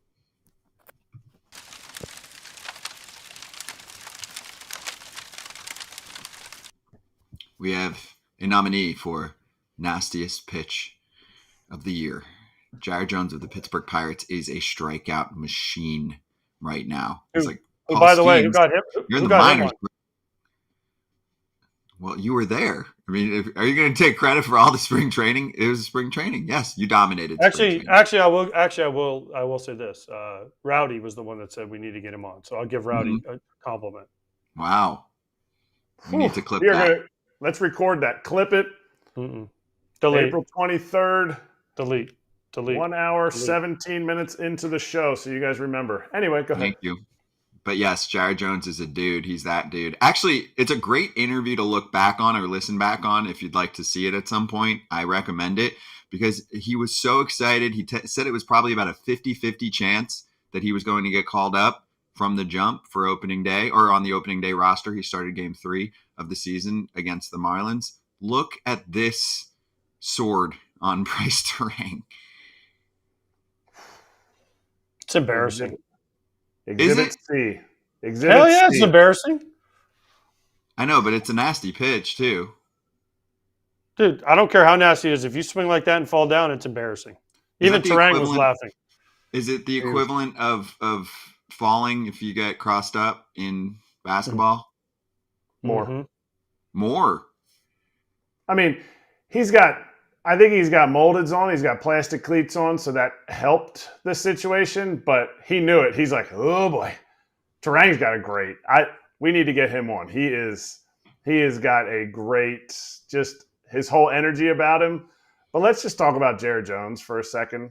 He's not just a strikeout king.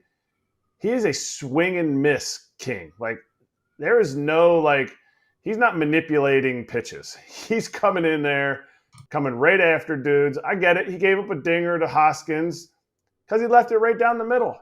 But there's a lot of other pitches that he was throwing right down the middle and attacking guys that they were not touching. So tough sledding there, Terang, but this is Exhibit C for me in about the last week of exactly why I'm so glad I don't play anymore. Yeah, and they have Paul Skeens coming too. They're starting to form a nice little rotation.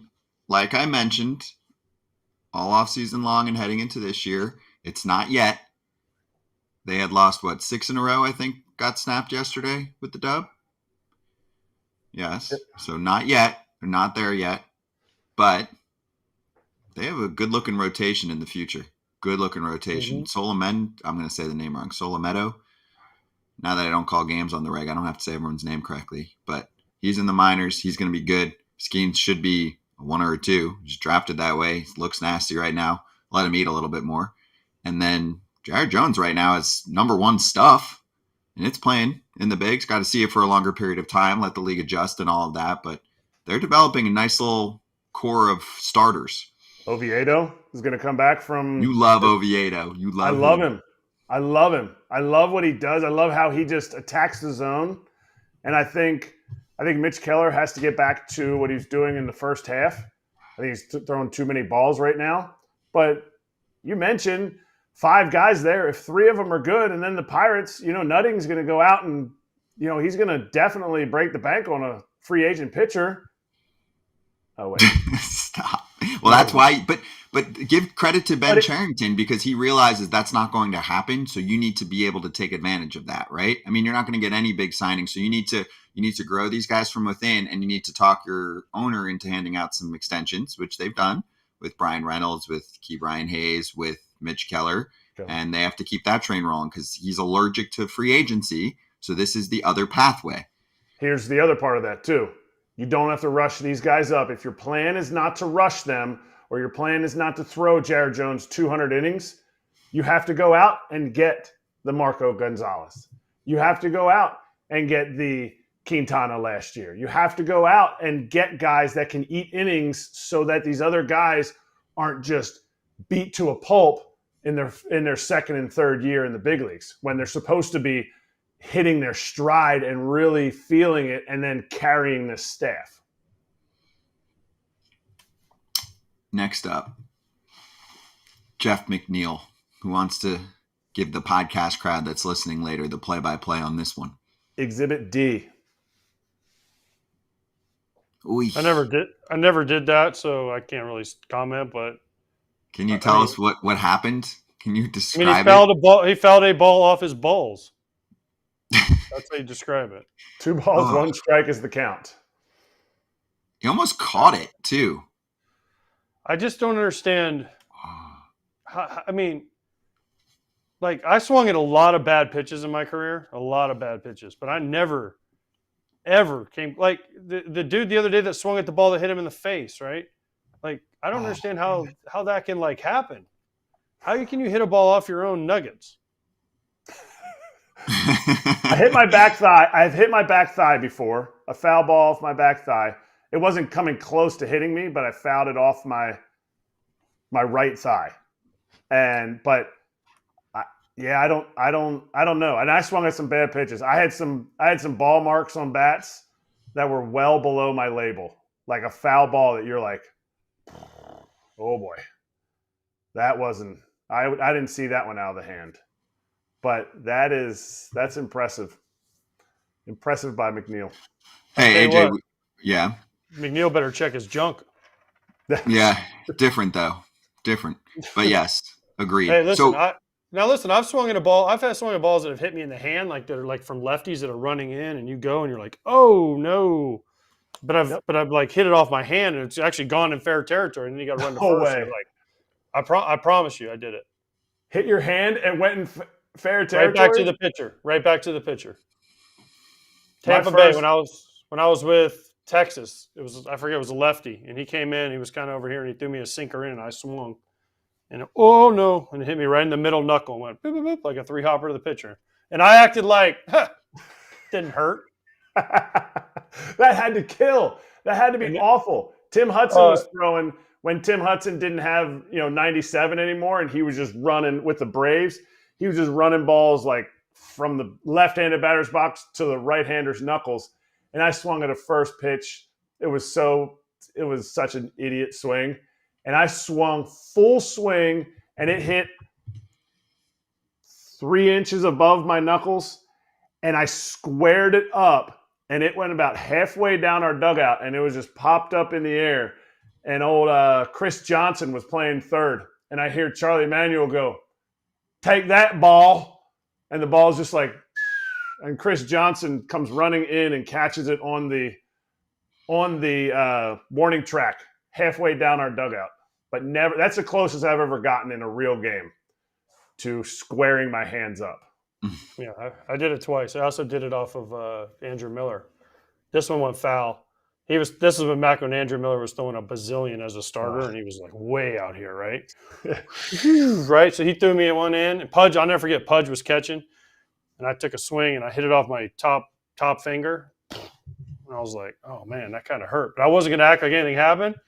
And I was like, oh man, I can't believe I missed that. Next pitch, slider, knock. I was like, you idiot. Oh my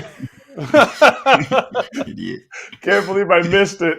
Oh yeah, man. Like, ooh, I was right on that one. Right slider. Ooh, that's it. A little shillelagh to right, Perfect. Andrew Miller could have told me, I'm going to give you 10 straight sliders, and I would not have touched his slider. Not a chance. Just from the angle he threw it from, whether he was with the Yankees, whether he was with Cleveland, doesn't matter. He was on my team, and I probably couldn't have caught it.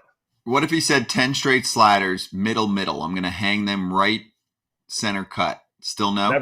Never saw it. He threw me one at bat. He threw me 7 straight sliders. I fouled one off. I have no idea how. He would throw it middle in. He'd throw it middle. He'd throw it away. He wasn't trying. He's just like, whatever. I'm not going to walk this guy. He got the 3-2 count and swing and miss. It was that slider I hated that slider. I hated most sliders, but One more. So in Cincinnati this week, we asked a few of the players who their favorite pitcher to watch was on the Reds right now, and they all said Nick Lodolo. Multiple times this year, he's gotten a strike on essentially hitting a dude and him swinging. Dude, you see that more than I've ever seen it. Like, yeah, it would never happen back in the day. Why is that happening more? The pitches are I don't know nastier? why, but don't you? I guess I don't know. You just in a Yeah. more horizontal, maybe. I don't Mhm. know, but you see it like once or twice a week now. It seems like it's all the time, dudes. I mean, we talked about Esther Ruiz in the Yankee game before. Old Hunter threw out Boone for saying what he said. That hit him and he swung. I mean, it happens all the damn time now.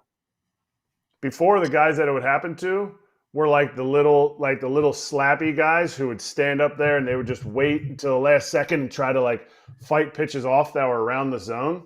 But now dudes, I guess, are trying to let it eat. I don't know. I really think it's a lot more of the stuff. The stuff is filthy. Next up, Colton Cowser is becoming a thing in Baltimore. We got a little video for it. That is drilled. Another left-on-left home run. Colton Cowser, and they're mooing. Oh, I love it. This is like Moose. Now people are dressing up as cows. It gives all those that enjoy dressing up on non-Halloween days a great excuse. Like, honey, Cowser, he's on a 4-game homer streak. I know he's not right now. Don't at me.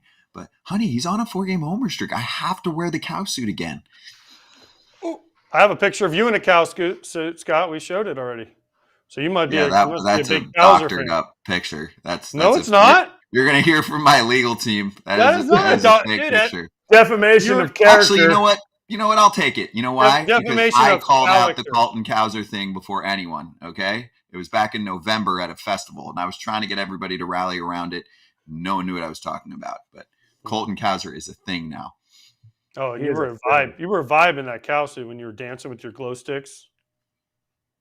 Setting my flag down. Colton Cowser is a thing. Did you guys see, by the way, how he chucked the baseball into the fountains? Craig Kimbrell's save? Mm-hmm. And then they had to go fish it out. How do they know it was the right one? I don't know. It's That's not like the tight. ball says like number 9,858, whatever. Like, No. how do you find that? There's probably a ton of balls in there, right? They probably clean them out, but the bushes, I still don't know if I have my first home run ball because it landed in the bushes in center field in Philly, and there's a bunch of BP balls out there.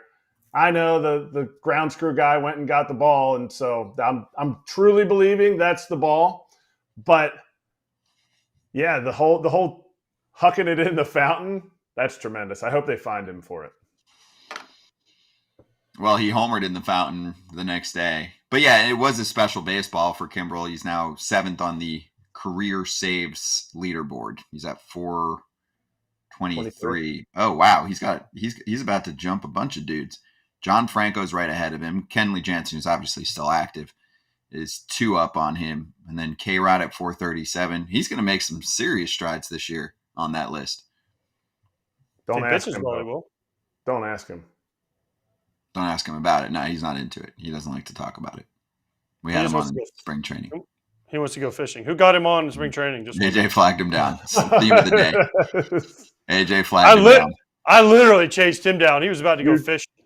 Yeah, you did. I'm glad you did, physically because chased that might him be down. the only time we have him on, but we got him. We got him on the show. I like it. All right. What do you think of Camilo Doval's entrance out of the bullpen? Actually, we'll show it, so hold your thought for a second.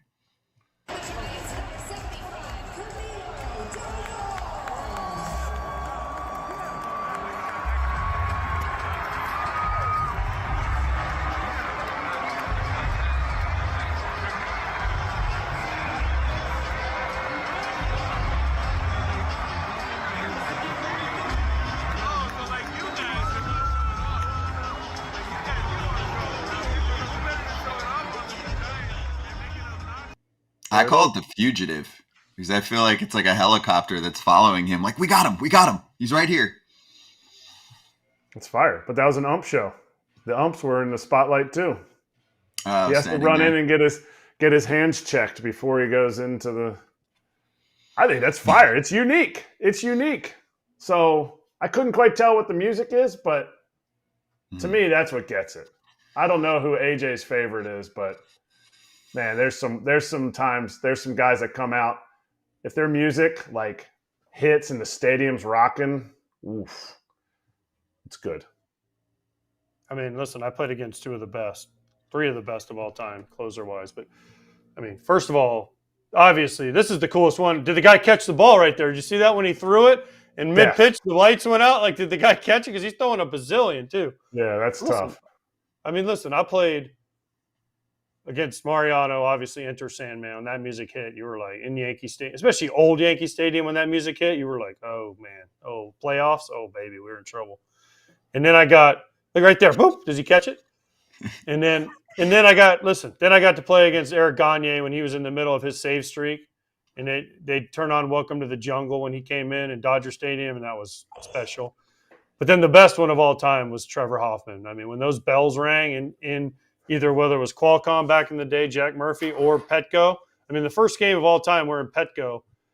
We played in the first game when I was with the Giants. He came in the ninth. He blew the save. But, I mean, those boom, the bells hit and the fire goes up on the scoreboard. Unbelievable. That's awesome. Awesome. Every legit, kind of firm closer who has the role for some time needs one of those if they're into it. It's great. It's great for the fans. The fans appreciate it. It adds an element of entertainment and intimidation and all that. So, I mean, they love Edwin Diaz here in Queens. And it adds an element of anticipation. I think the issue with baseball is there's not enough anticipation. Guys aren't running. Guys aren't bunting. Balls aren't put in play. That third out is made. People are anticipating that third out because the entrance music, the walkout music, run out music, whatever you would call it, is going to start. And so you're like, the energy in the stadium is palpable. And like baseball needs to be able to figure out how to do that for the other 8 innings. I get it. The game's on the line. I get it. The music is legit. But how do you keep the attention span of people who the inning's over and they just go, yep. And that's it. You're right. And also in a sport where we have less to brag about at the start of the game. I mean, hyping up a starting pitching matchup, right? We've gone over that. There's not as many hyped starting pitching matchups as there used to be for a variety of reasons. There's bullpen games. There are starters going less deep into starts, and there's just less marquee names kind of at the moment. So it's cool if you have something to look forward to at the back of a game. I think that helps to market this sport. But listen, all the closers now with the way the lights, all these major league stadiums are copying, First Academy here in Orlando with their light shows and all this stuff. So, Stop. but like Edwin Diaz with the trumpets, right, became such a thing 2 years ago. It was incredible. I mean, there's a lot of these. I mean, Liam Hendricks with the White Sox when he would come in, I forget what his song. But even remember when we had Pap on and he was like, "Man, I need to let that song play, ship him back to Boston." I mean, when he would come in Boston, it was awesome. Like there's Rob Nen back in the day with the Giants when he smoke on the water because of whatever the heck the San Francisco Stadium is called now because it was on the water. I mean, that's cool. Like, it was awesome. Like, all of a sudden the music hit and you're like, oh, shit, here comes the closer. We're clearly losing. So can we sell that? So can we sell it? I mean, I'm joking about it, but there was a guy that I was played with in AAA. He got called up, and he called the equipment manager in the big leagues for his first call-up to tell them what his walkout music was for his first ever call-up. Which is which is the extreme. I get it. I completely, I agree. No, dog. I'm out. Can we sell it somehow so that we have it 2 or 3 times during the game and you keep fans engaged? No, it's special. Just the closer only. Special. You bring a reliever in the 5th inning and you're like playing some song with light show. You're like, and you're losing by 5. Like, come on. Let's go, bro. Well, what if it's a tie ball game? Ball game? Don't care. No. Like they have music in the NBA. They have music coming down. They're bringing the ball down the court down by 20. They don't just shut the music off because Harden doesn't have the ball or because Embiid isn't dribbling it up. I'll play middleman. What about the Braves? They shut those lights off, and That's cool. And then they do the That's so lights in the cool. stadium, but they do that multiple times per game. But they do it when the other team guy's coming in. Right. They do it to intimidate the other team, and they all get their phones going.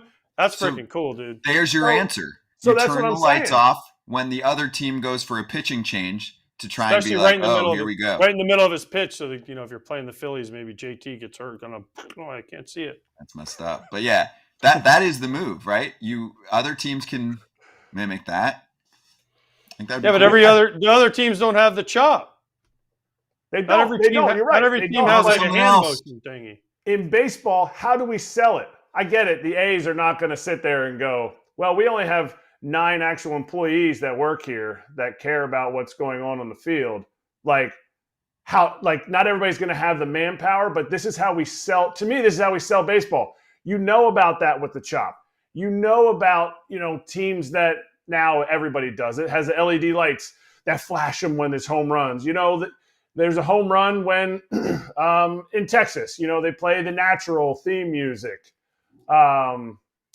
There's different things that I think Major League Baseball needs to look at and say, okay, we should try this. And honestly, some of that stuff's in the minor leagues. The minor leagues do a really good job of keeping you engaged. And some big league teams are like, we would never have any kind of on-field stuff going on at Yankee Stadium. Never. We don't want any mascots. Never.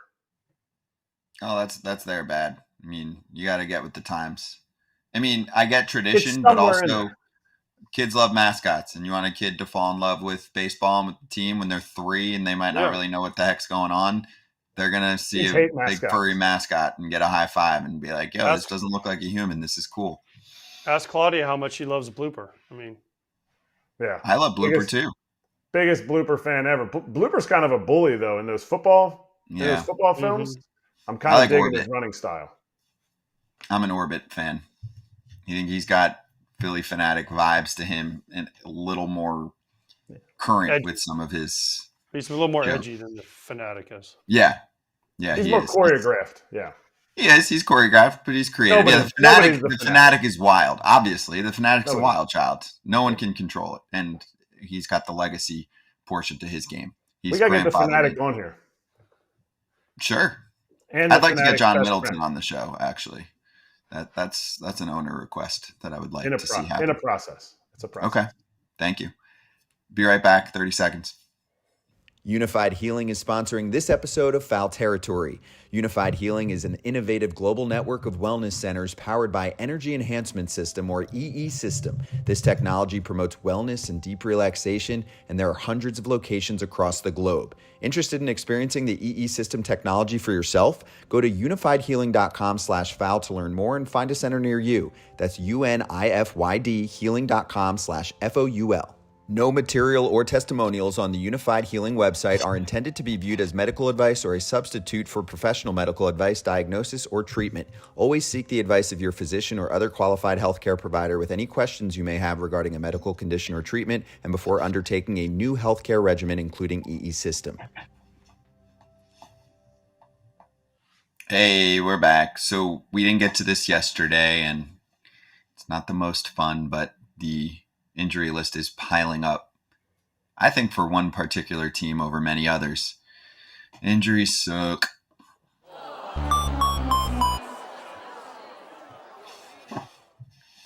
There's some timing to this one, too, because Lucy Burdge is going to join us very soon. This is her favorite player. She tweets about him sometimes.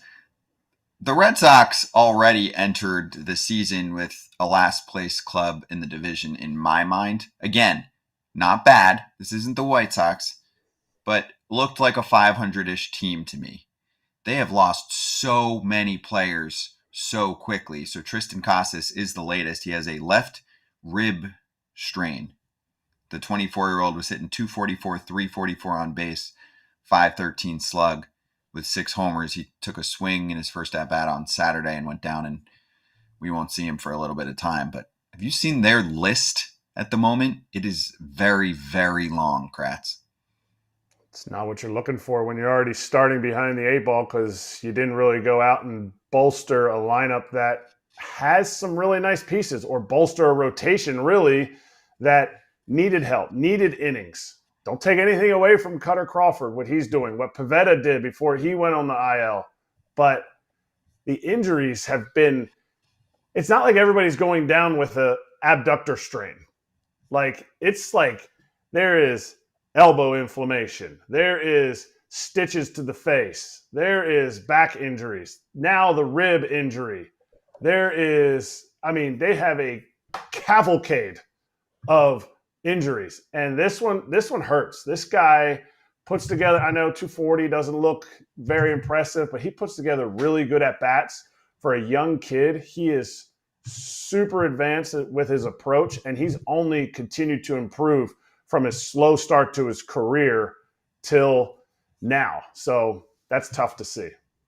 Here's the thing. You mentioned they needed pitching help. Their starting pitching's been unbelievable. So they didn't really – honestly, their starting pitching's been incredible this year for what we expected out of them. So their pitching hasn't been the problem. They just haven't scored, obviously with the injuries, they just haven't scored the runs we thought they would score. O'Neill was hot before he went down, but they haven't scored the runs, I don't think. Their bullpen's been a little shaky, but they're doing better than I think most people thought they would.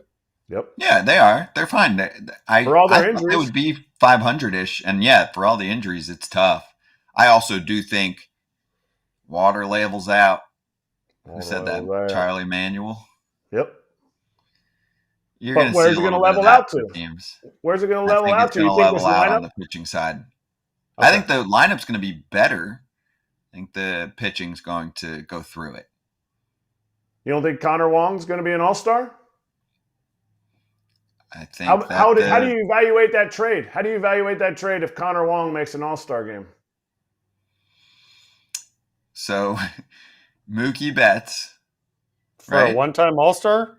I'd rather have Mookie Betts. Verdugo. Connor Wong.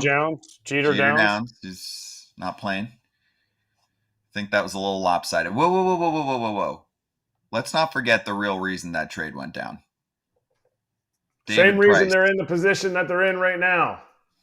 The David Price contract is the real reason that trade went down.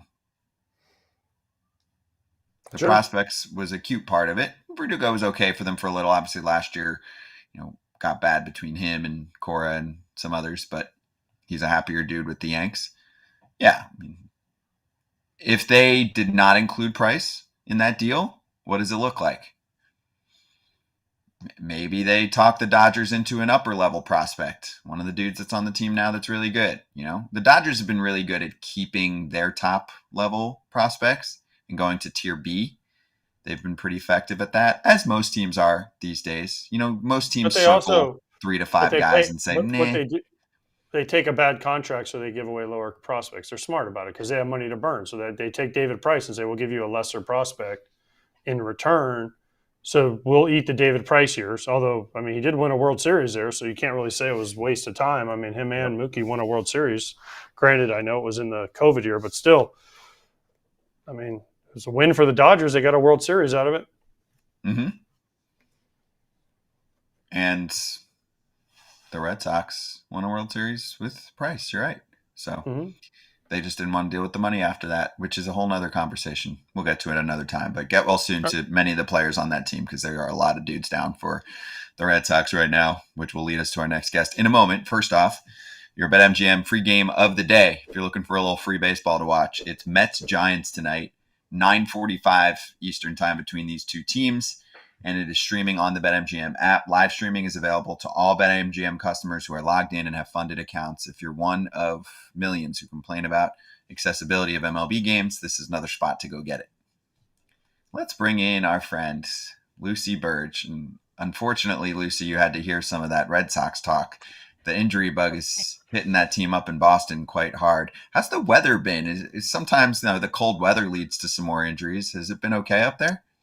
The weather's been crisp, you guys. It has not been warm, I would say. There's maybe even one warm day, but even when they're on the road, the weather maybe isn't so great. And maybe that is the contributing factor to how many injuries this team is facing. And I will be at Fenway Park on Friday and Saturday for the Get Well Soon party for all of the players who have been affected, the face of them being Tristan Casas, because that has been the harshest blow Because you think, oh, what's next? Tristan Cassis of all people goes down. My king, of course. So not betting on any home run props. I last minute in the last game he played in, took him to hit a home run. 12 minutes it said on BetMGM before the game began. So I know for a fact 12 minutes before the game started, I took him to hit a home run, and he did.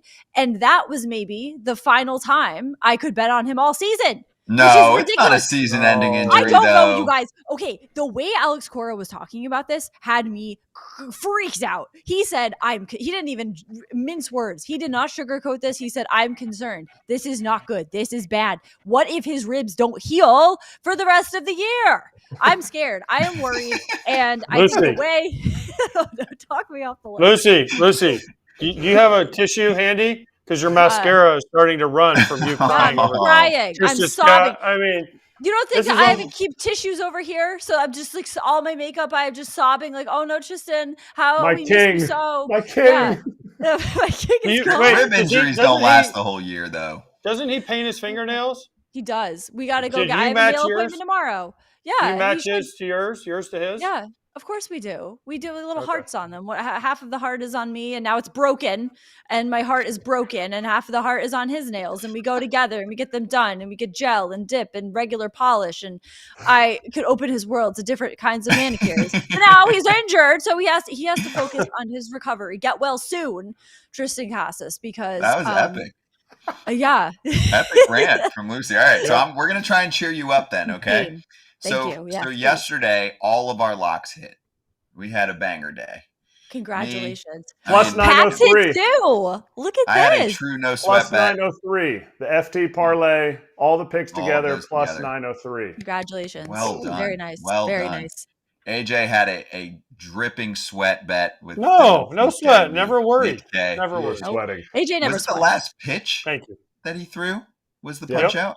Wow. Yep, never sweated. I knew he was going out. I talked to Schilt. I called him and during the game. I was like, hey, Mike. No, you didn't. No, you didn't. Keep him out there. I'm joking. Totally joking. Totally joking. Don't even have Mike Schilt's number. Don't even have Mike Schilt's number. I nope, promise. There's no tampering. Nope, absolutely not. Gosh, no. No. Next time, if you'd like less stress, just run line the White Sox. Anyway, there's money bags. That's how we're looking. I'm impressed with Papelbon. Honestly, this is great stuff. By all of you. 4-6 is impressive. You are a Red Sox fan. I am. He's up 190. Oh, and $190. He's up 190 though. He goes hard on parlays. He's almost always betting plus bets. So the FT heater is every Tuesday. Hold on. Has Lucy seen one of Papelbon's Pap's picks when he comes on? He's like a Chuck E. Cheese, and then he's getting a tattoo. And he got the Wakefield tattoo. Yeah. I mean, his picks are incredible. Yeah. You never know with that guy what's going to happen at all times. You never know.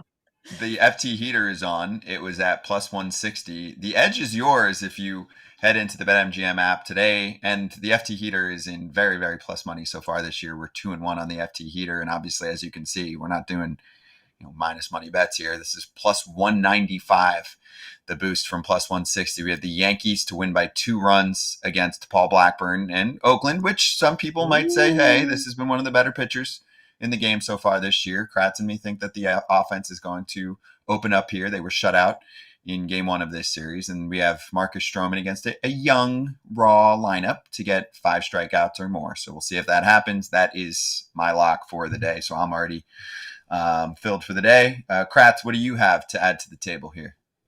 I'm going 2 unders. This is the first time I've ever done this. I'm going Steven Matz under strikeouts. He's at 4.5 strikeouts. He has not gone over that once this year. He has a 8% swing and miss rate on the season. And I'm also going Webb on the under. Webb's line is at 5.5 Ks. He has not gone over that once this year. And they're both facing the D-backs and the Mets, 2 teams that strike out under 18%. So I'm looking for both unders, and it's coming out at plus 164. I like that very much. I like the Webb one especially because I used to take his overs a ton last season. Have not done it at all this season because I'm too hesitant to do that. So I like that very much. Okay, we'll follow it tonight, Kratz. Lucy, you want to go next? Yes, I would love to go next. I am going with a home run prop.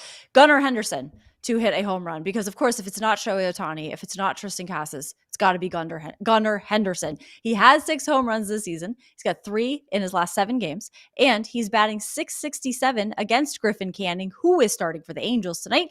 He's got 4 hits, including 2 singles and a home run against Griffin Canning. So he's done it before. I think he could do it again. Griffin Canning also allowed 5 home runs over his 4 outings this year, so I think maybe he can allow at least one, and that one will be to Gunnar Henderson tonight. I like that. And you got to get off to a good start too against Baltimore, so you can't dance around the zone. I mean, that lineup is freaking lethal right now, even towards the bottom of the lineup, right? You know what Jordan Westberg's doing.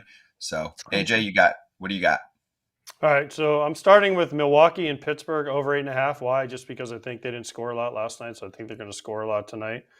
And I'm parlaying that, and this, you guys will not believe what I'm about to say, but I am taking Pablo Lopez and the Minnesota Twins run line over the Chicago White Sox. Why? Because I did the White Sox game last night, and guess what they did again for the 8th time in 22 games? They got shut the fuck out. They got shut out. They set a major league record last night. So I am jumping on the bandwagon. I am full bandwagon betting against the Chicago White Sox. Kratz, I'm betting against the Chicago White Sox. Come on. There's plenty of room. Lopez, my Cy Young pick. Me too. Pablo Lopez. I love that. Yep. Love that. That's why we're best friends, AJ. He's going to have some fun tonight. Hey, if you bet run line all year against the White Sox so far this year, please take us out to dinner because you're dominating life right now. These are not just wins. These are dominant wins right now. And, you know, we've gone over. We feel bad, whatever. But in our little 5-minute betting section of the show, we don't feel bad. We take advantage. That's you got to follow the money. Follow the money. And of the 3 wins, know it here first. AJ called one of those 3 wins against the Braves. That was your one lock. Tell me. Hey, there's one team that's beaten the 2 best teams in baseball this year. Do you know who it is? The White Sox. They've beaten the Guardians and the Braves. The only team to do it this year. That's insane. That's historic. Special. Last night I did the game, and we were rooting like heck at the end because it was 7-0, and they got a couple guys on. We're like, we want Major League history. We want them to get shut out for the 8th time because we're like, we did history. You did. That's right. Yeah, that's you don't get to do that very often. You can also bet on them to have the fewest wins this season, which I think is a really smart bet. Ooh. Especially if you hammered that bet before Dylan Cease was traded, which is 2 days, like 2 days before at plus 600. Just saying. No big deal. I think it'll be them. Yes, agreed. Well, first bet offer for everyone. FOUL, FOUL is the code. Download the BetMGM Sportsbook app on iOS or Android, or visit BetMGM.com. Sign up and deposit at least $10 into your account. Place your first wager and receive up to $1,500 back if in bonus bets if the bet loses. And if that happens, your bonus bets will be available once your initial wager is settled. Lucy, thank you very much. Great to see you and try and help these dudes. I like that. What did you call it? Healing weekend? What is it? Get well soon party. Get well soon party. Yes, 2-day long festivities, just prayer circle for all of them to have a speedy recovery. So we will be following. You bring the I actually have sage to the ballpark. I'll definitely be able to bring that in with like a lighter. Definitely, they'll be like, yeah, that's fine. Yeah, that'll work. That'll work. We'll be following you on socials. Thank you guys. Lucy, great to see you. We'll catch you soon. Yes, talk to you soon. Thank you. Thank you. Quickie too, but before we move on, have you seen the division odds? I want to focus on the NL Central for a moment. The Brewers are off to a great start. They're now not heavily favored, but they're favored to win the division now. It's at plus 210 now for Milwaukee in front of the division. What do you think? I'll still take the Reds. I picked the Reds. I'll still take the Reds. Pitching depth is going to be really tested in Milwaukee. Wade Miley looks like his is waiting a result on a picture of his elbow, an MRI. Elbow inflammation, never good, especially when he's this concerned about it. Not that he was going to carry the team, but just the depth. Even if he gives you 100 innings, where are you going to find that 100 innings? Because you were already trying to cover his other 100 innings that he wasn't going to get. So That's going to be the biggest thing for them, and I think the Reds lineup is really going to round out and keep blasting. The Cubs are a great play here, though. They're only a game and a half back.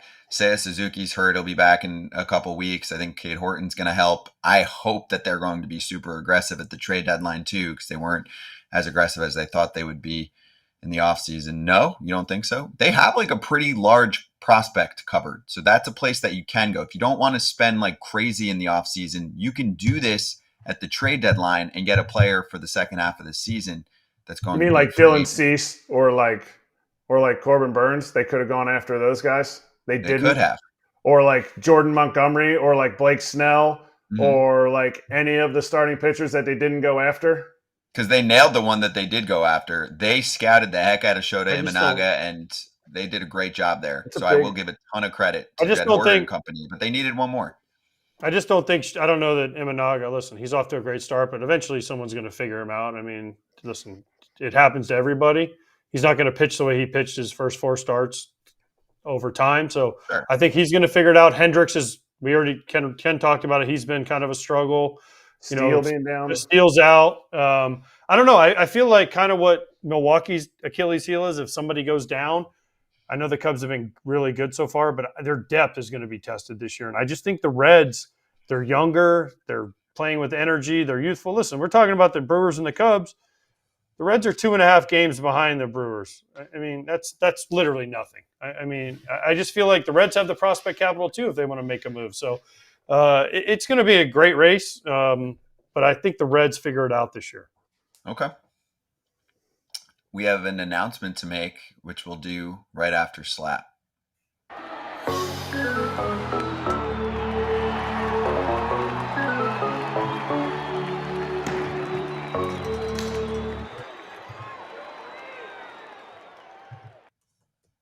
James Wood, one of the top prospects in the sport, and he is in the Baseball America Top 10, is going to join Hot Sheet on the Baseball America YouTube channel. Yes, James Wood will be joining us on that show. I'll be hosting today with Carlos Collazo from BA, and there'll be other BA friends joining us throughout that show. It's about 25-30-minute show. You don't have to touch anything on your YouTube channel. It should be able to take you right to that next show live if you're here right now. Otherwise, sometimes you might have to just click. It'll say, like, do you want to go to Hot Sheet? So if you'd like to hear from James Wood, who is a big dude with athleticism that can play the outfield, that might be the future face of the Washington Nationals, stick around. Also, if you have any questions for him, we will relay them over to James Wood so you can get to know one of the future potential stars in Major League Baseball. Just throwing that out there.